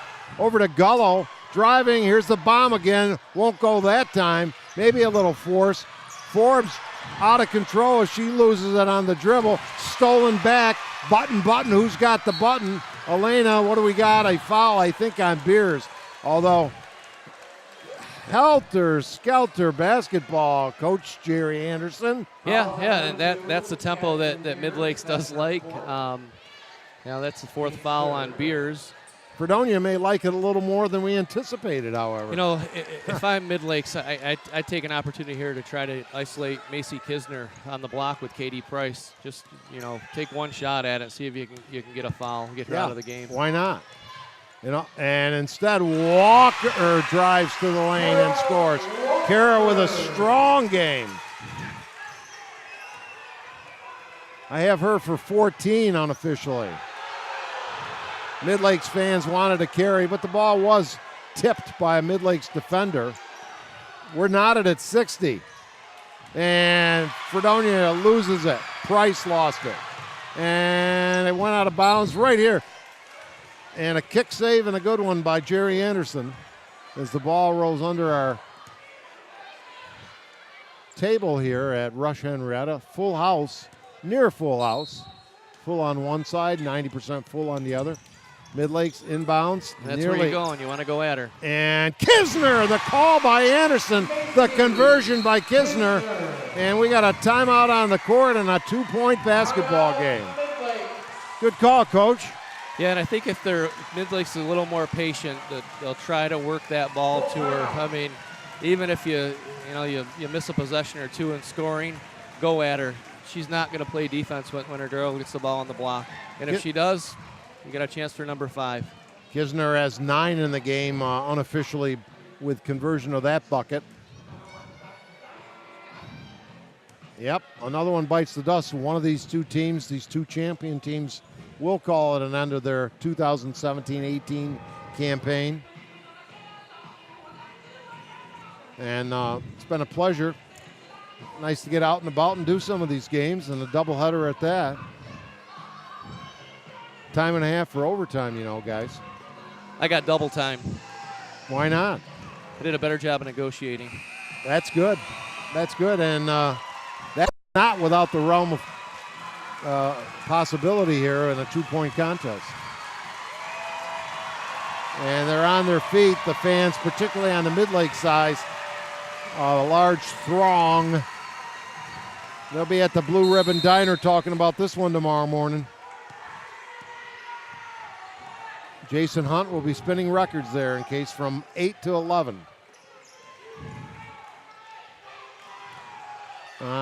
Moving the ball outside. The sophomore Beers doesn't get the roll as it hit the rim and went high. And here comes Midlakes leading by 2 with the basketball, 3.5. Tricky dribble by Noya. Out to Walker. Stopping, popping, lots of contact, no whistle. Rebound inside. The shot no good by Passalacqua. And picked off by Fredonia. A chance to tie or take a lead with a trifecta. Price wants, feeling it, doesn't get it, just off. Deep rebound. Gullo had it, but it was taken away by Midlakes. Down court quickly. Kisner inside, no. Rebound, batted out of bounds. It'll stay with Midlakes. Midlakes goes with Walker. Looks like they're starting 5, I think. Passalacqua, yep. Kisner, Forbes, and Noya. Everybody breathing hard out there. As these teams are really giving it 110%. Driving, throwing it up and off glass and in. Walker. Big game for Kara. Kara Mia Y. 64-60. Big possession now, under 3. Stop and pop Price. No, right on line. Just off again on her last 2 3 balls. Forbes upset, she wanted the ball. This is where I think they go to Kisner on the block. And let's see if they work that. They're clearing out the left side. Double high pick. Driving is Walker and doesn't get it to go. Instead, clearing it is Farriott. Down court, Price open. This time doesn't pull the trigger. Farriott will, in and out. Heartbreak City. That 3 ball was halfway down the cylinder. Under 2 to play. The winner advances to the Final Four. Kara Walker driving, stopping, not hitting, and a whistle called a bit late, but I think it was the right call. I do as well. Although, Jerry, there's been a lot of contact not called tonight. But that was on the arm, so pretty obvious. Timeout on the court.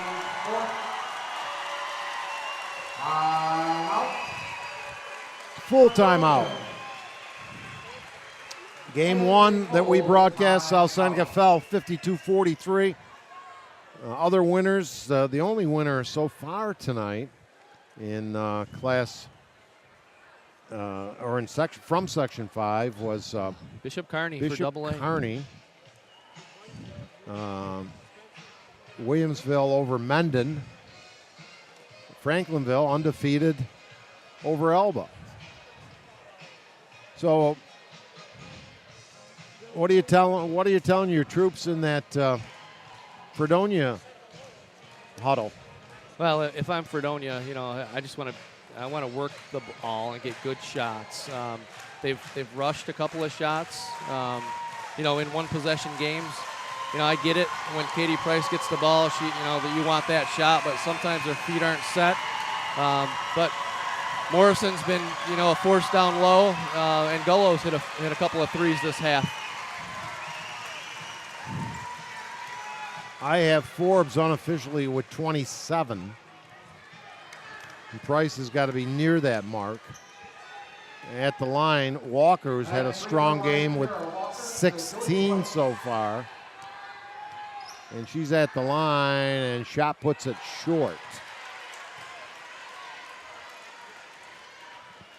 So if she misses here, it'll be a huge rebound and a big possession for Fredonia, and she does miss. But the rebound pulled down and a jump ball called and it'll stay with Midlakes. What a huge effort by Kisner to get that missed free throw rebound. 8th rebound of the night for Macy Kisner, and she still has Katie Price on her. Inbounding it. And now Forbes has Price on her, and they get the switch back. Good observation, Jerry. That's coach's eyes watching that one. Forbes now, they're going to run some clock. It's down to 1:20, still 15 on the shot clock. Forbes, tricky dribbling out front, going to take it to the hole, draws contact, no whistle, misses. Kisner with another rebound. Kisner, yes! Huge play by Macy in the lead up to 6. Big possession for Fredonia. Price could have been called for steps. Loops it over to Farriott. The shot from the side won't go. Rebound, no. And jump ball. And it'll stay with Fredonia. Midlakes fans don't like it, but I think it was the right call. I do as well. They both had possession simultaneously. They were pulling for the ball. One girl went down. One of those games that you like to say you hate to see either team lose. Midlakes etching closer to what I would suspect would be their first ever trip to the Final Four. I'm not sure about that. I believe that's accurate. I don't know that they've ever been to the Final Four. A lot of boos chorusing through Rush-Henrietta High School, and only a few of them were directed at Jeremy Hunt. Oh. Looking to inbounds. This is Beers with it, the sophomore. Going to dribble, spin, leave it out to Farriott, throws it away.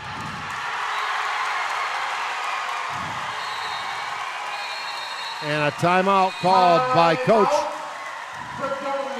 Carol Zirkle. What a nice job she's done getting this team prepared, but Midlakes has the ball and they have a 6-point lead and some good ball handlers. Yeah, and they're shooting free throws right now on every foul. So if I don't get a steal, if I'm Fredonia, I'm looking to foul right away. I don't want to put Walker or Forbes on the line. Boy, Kisner's had a big final few minutes of this fourth quarter and a good solid game. Yeah, she has. She's working on a double-double here. 1 rebound short of 10. 2, 4, 5. I got her down for 11 points and 9 rebounds.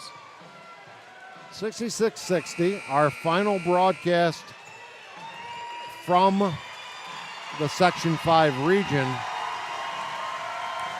And we'll see if Midlakes can withstand this final 50 seconds.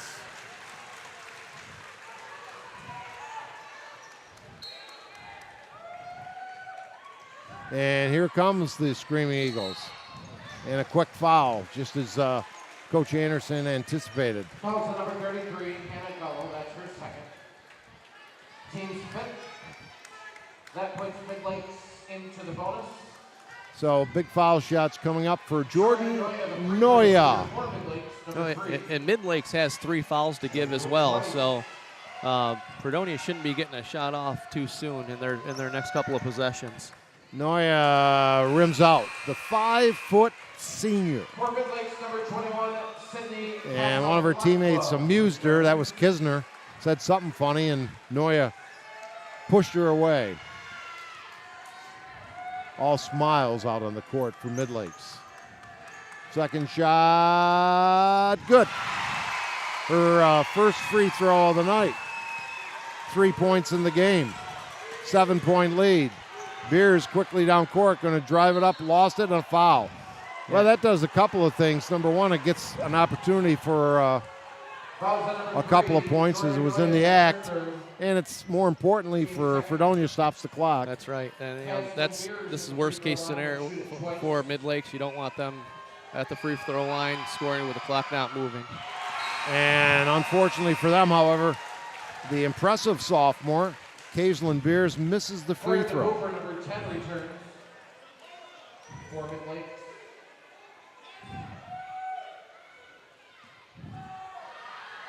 Beers eyes the bucket. Couple of dribbles. Shot puts it up there. No, missed. Rebound saved by, no, Midlakes lost it.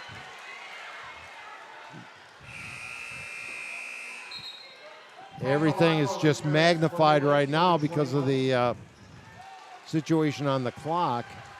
7-point lead looms pretty large right here for Midlakes, but big possession, and it's stolen by who? Guess who? Elena Forbes going to drop. Yes. 29 officially for Elena. Near steal, diving to the court and trying to keep it in bounds was Forbes again. Great hustle by Carol Walker. Or that was Walker, yes, thank you. Solid all-around game by a number of players for Midlakes. Stutter step, drop back, bomb around the rim. Off glass nearly went in, and then a reach-in foul. They got to try anything now. Gracie Morrison and the fans on the Fredonia side are moving back to the hills, and I don't mean Beverly. Macy Kisner secured her 10th rebound down on the defensive end, and now she'll have a couple of free throws here. Already in double figures with 10. And official wanted to talk over something. Well, we potentially have a violation on Midlakes. With the coach on the court? No, we had the ball in the shooter's hands and then a player working to get into the block after the ball was in possession. You're right on top of that, Jerry. I am impressed. Midlakes calls timeout. I know Korzaneski wouldn't have known that.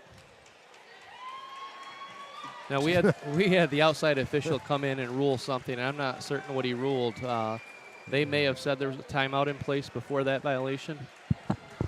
So we'll see. Right now there's, I'm presuming maybe a timeout was called by one of the two teams while the officials congregate on Midlakes.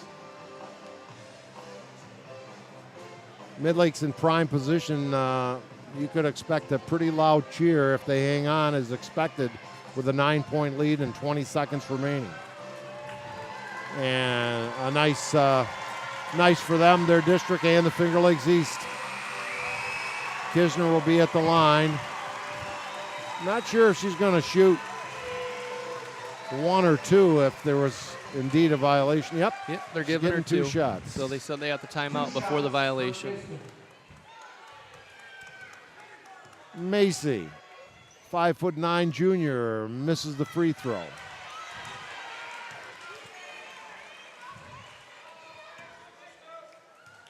Midlakes all back on defense except for the shooter. Kisner, yep, good. Macy Kisner. Fine all-around game for Coach Nate Rich and Midlakes. Beers wanted to fire the three and throws a cross-court pass out of bounds. That'll pretty much do this one. And the Midlakes fans are on their feet. I don't think we'll see any fouls. They're going to let Midlakes just run out the final seconds, and Midlakes is Final Four bound. They're headed to Hudson Valley Community College with a 70-60 victory over a game Fredonia team here at Rush-Henrietta. Join us for our post-game show, the Dr. Littlejohn Smiles with Styles post-game show as we wrap up this evening in Rochester.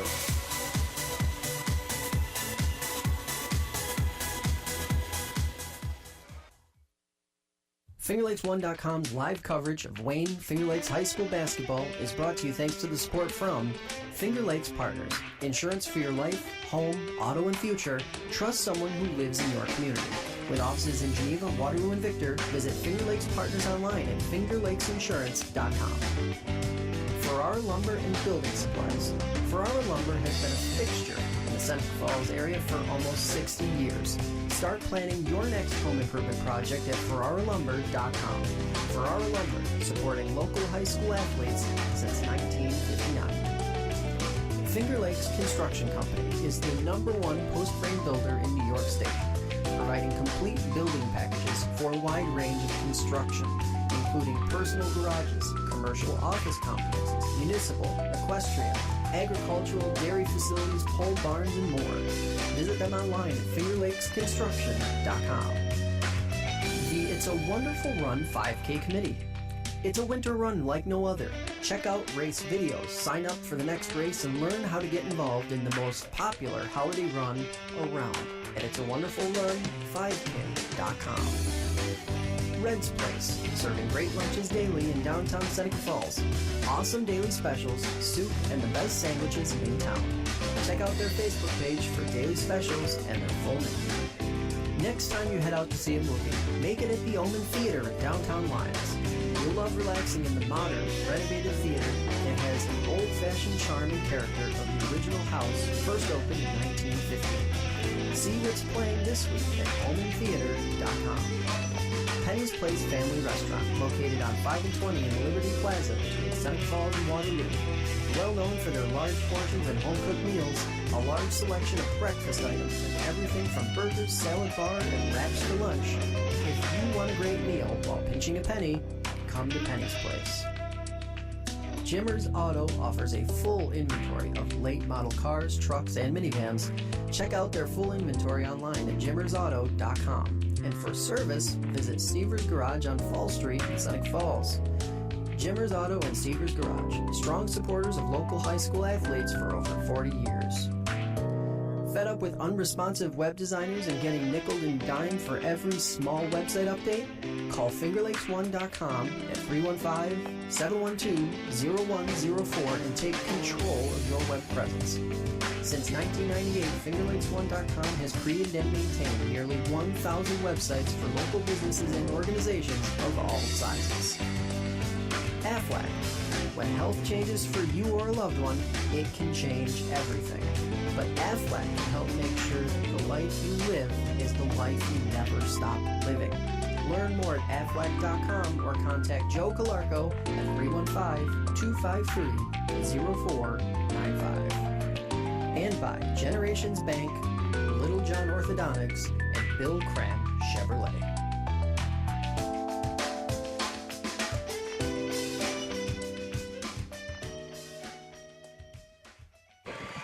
Well, to the victor go the spoils, and Midlakes celebrating. Their fans largely hanging around, applauding every player on the roster being introduced. Hats off to Fredonia, Jerry. They played their hearts out, gave Midlakes all they wanted and more. Katie Price, amazing, and played much of the second half with 4 personals, unofficially with 29 points to lead all scores. Yeah, they deserve a lot of credit. They do. Again, their record was deceiving, right? They're an experienced team. They've been to this game last year, and Katie Price, just a tremendous game for Fredonia. So we've got unofficially Caslin Beers, impressive sophomore with 7, Farriott with 7, Gullo with 6, Gracie Morrison with 10, and 29 for Katie Price. On the other side of the ledger for the victorious Midlakes Screaming Eagles, Jordan Noya with 3, Elena Forbes with 27, at least that's what I had, 12 for Macy Kisner, and a strong job on the boards. Kara Walker, fine all-around game, and 16. 6 for Sydney Pasalacqua, and 4 points for McKenna Colasino. And we're going to try to get a couple of quick interviews with Coach Nate Rich and Elena Forbes, and wrap things up here from Rush-Henrietta. Doubleheader broadcast, 5 games played here throughout the day. And what do you do when basketball season ends, Jerry? Basketball season never ends, Dave. Okay, that's a great answer. I'm amazed. I saw Emily Lavarnway, who's concluded the season at Geneseo, her first freshman year. Emily Lavarnway, the South Seneca graduate. I bring that up because she goes from basketball ending onto the track team. That's a lot of time for, especially collegiately. It is. It's a big commitment for any collegiate athlete. But in some cases, it helps give structure. And it allows you to be successful. And of course, for Midlakes here, back to the high school hoops, your description was right on. They are not a one-man gang whatsoever. They've got solid contributions from a number of their players, starting and off the bench, which allowed them to hang in there, withstand the efforts by Fredonia and move on to their Final Four. Congratulations to them, but pretty good ball team here, and they're you don't get this far with one player, or even two, or even two, right? This is a complete team that they have kids that can step in and fill in any role, and they the nice thing about Midlakes is a lot of those kids, most of those kids know their roles. They know who's there to rebound, who's there to play defense, who's there to score. So, again, I said it last time I had Midlakes on the air. They've done a great job of representing the community, the area, as well as the league. And again, hats off to Midlakes and the Finger Lakes East, and the Finger Lakes West, the Finger Lakes League, because South Seneca played tough again and not expected to be here, but lost a tough one to Allegany-Limestone earlier in the first game we broadcast, 52-43. And Midlakes goes on. We'll repeat that again. They will take on the winner between, if I look at the right sheet here, Bishop Ludden and Susquehanna Valley. That Correct. game, we're told, is being played tomorrow. And then the winner of that game takes on Midlakes at Hudson Valley Community College at 3:15 next Friday afternoon. And then the winner of that game will play St. Patty's Day evening at 7 p.m. for the championship. And here comes Miss Elena Forbes. We're delighted to have her with us. Great game, Elena. Great job. And Elena, first of all, congratulations from Finger Lakes 1, a sensational effort. And you needed the whole team to contribute tonight if you're going to beat a very game Fredonia team. Yeah, we needed everyone to come out strong, and we all did. It took the first quarter to come out, but we did. And first trip ever for Midlakes to the Final Four? Yeah. And a lot of talk, a lot of excitement about that around the school and the community? Yeah, everyone hypes us up when we walk in the hallways, and it's a good time. Did you think, was there any overconfidence on your part, given the record of Fredonia being 13-12? No, they made an upset, so we knew that they could make an upset on us, and we had to come out strong. Coach? So what was the strategy coming into today? That we really had to they knew what we were, like how we play, so we really had to come out as strong as we could and show them that they don't know how we play. What went through your head? You guys were up 12 at one point in the second half, and then, within a 2-minute period, you look up and the score's tied. So what were the players' reactions at that point in the game? Well, we did stress out a little bit. We weren't talking on defense, and they just kept scoring back to back, and we really had to come out as strong as we could after that. So you wanted to settle back defensively to key your offense and resume control of the game. Yes. And Katie Price was tough, playing with 4 fouls, throwing up a lot of bombs that were going in. Yeah, she's a good player, and she did. Yeah, well, you obviously love the game, and we wish you continued success, you and your Midlakes Screaming Eagle teammates. Going to be a fun week, and heading to Hudson Valley Community College for a 3:15 tip-off this coming Friday. Your thoughts on going to the Final Four? We're excited. It's something that no one has done in Midlakes, so we're all trying to prove that we could do it. And if you do it this year, you're going to have an inkling of maybe doing it again next year. Oh, yeah. A lot of kids are back next year. Yeah. Well, congratulations. Thank Anything you. else, Coach? Congratulations. Great job. Thank you. We'll see you at Hudson Valley. Thank you. Elena Forbes, unofficially with 27 tonight. And as Ringo Starr used to sing, it don't come easy. And it didn't come easy. But they started with an 8-0 rush, but Fredonia wasn't about to make the trip here near Rochester and give things up too quickly. Yeah, you can't say enough about Katie Price and her leading the team, the Fredonia team, and as well as Gracie Morrison stepping up and Kaislyn Beers. So, Fredonia came in as the underdog, and they didn't do anything to disappoint their fans or their community. They played well, and we talked about it earlier. Nobody leaves here a loser. Everybody leaves here a champion. Yeah, bears repeating. Thank you. getting a little tongue twisted here. It's been a long evening, but an enjoyable one. I guess we were hoping to catch Coach Nate Rich, but he's obviously being. Oh, here he comes, Coach Nate Rich of the Midlakes Scream Eagles. Congratulations, Nate. Thank you, guys. And somebody that knows you pretty well. Hey, Fredonia, Coach. They weren't going to go home unhappy if they could do anything about it. They played tough. Oh, they did. I mean, Katie Price was knocking down shots. I think one she knocked down, we actually finally got out on her, and then she banked it in from the corner late in the game. I mean, that was the first time we really contested her. But they do a good job of setting screens away from the ball and getting her open looks. And the Fredonia kids would not go away. They fought hard the entire game. So my hat's off to them on the way they played today. Well, as special as Elena Forbes has been tonight and this year, Coach Anderson did a great job of pointing out that you have such a well-balanced team. You love to run, put the pressure on, but a lot of contributors tonight making this win and a trip to the four possible. Yeah, I thought Sydney Pasalacqua really did a good job offensive rebounding the ball. Jordan Noya, the entire game, kind of controlled the pace. She knew when we wanted to push it and when to take our pedal off the gas a little bit late when we wanted to use some clock. And then Macy Kisner did a nice job on the boards as well for us tonight. And then late in the game, it was actually Kara Walker attacking the rim hard to kind of close out the game for us. Yeah, I think that sums it up. And Coach Anderson said with Price with the 4 fouls, you went to Kisner a little bit, got a nice bucket. She had a big rebound.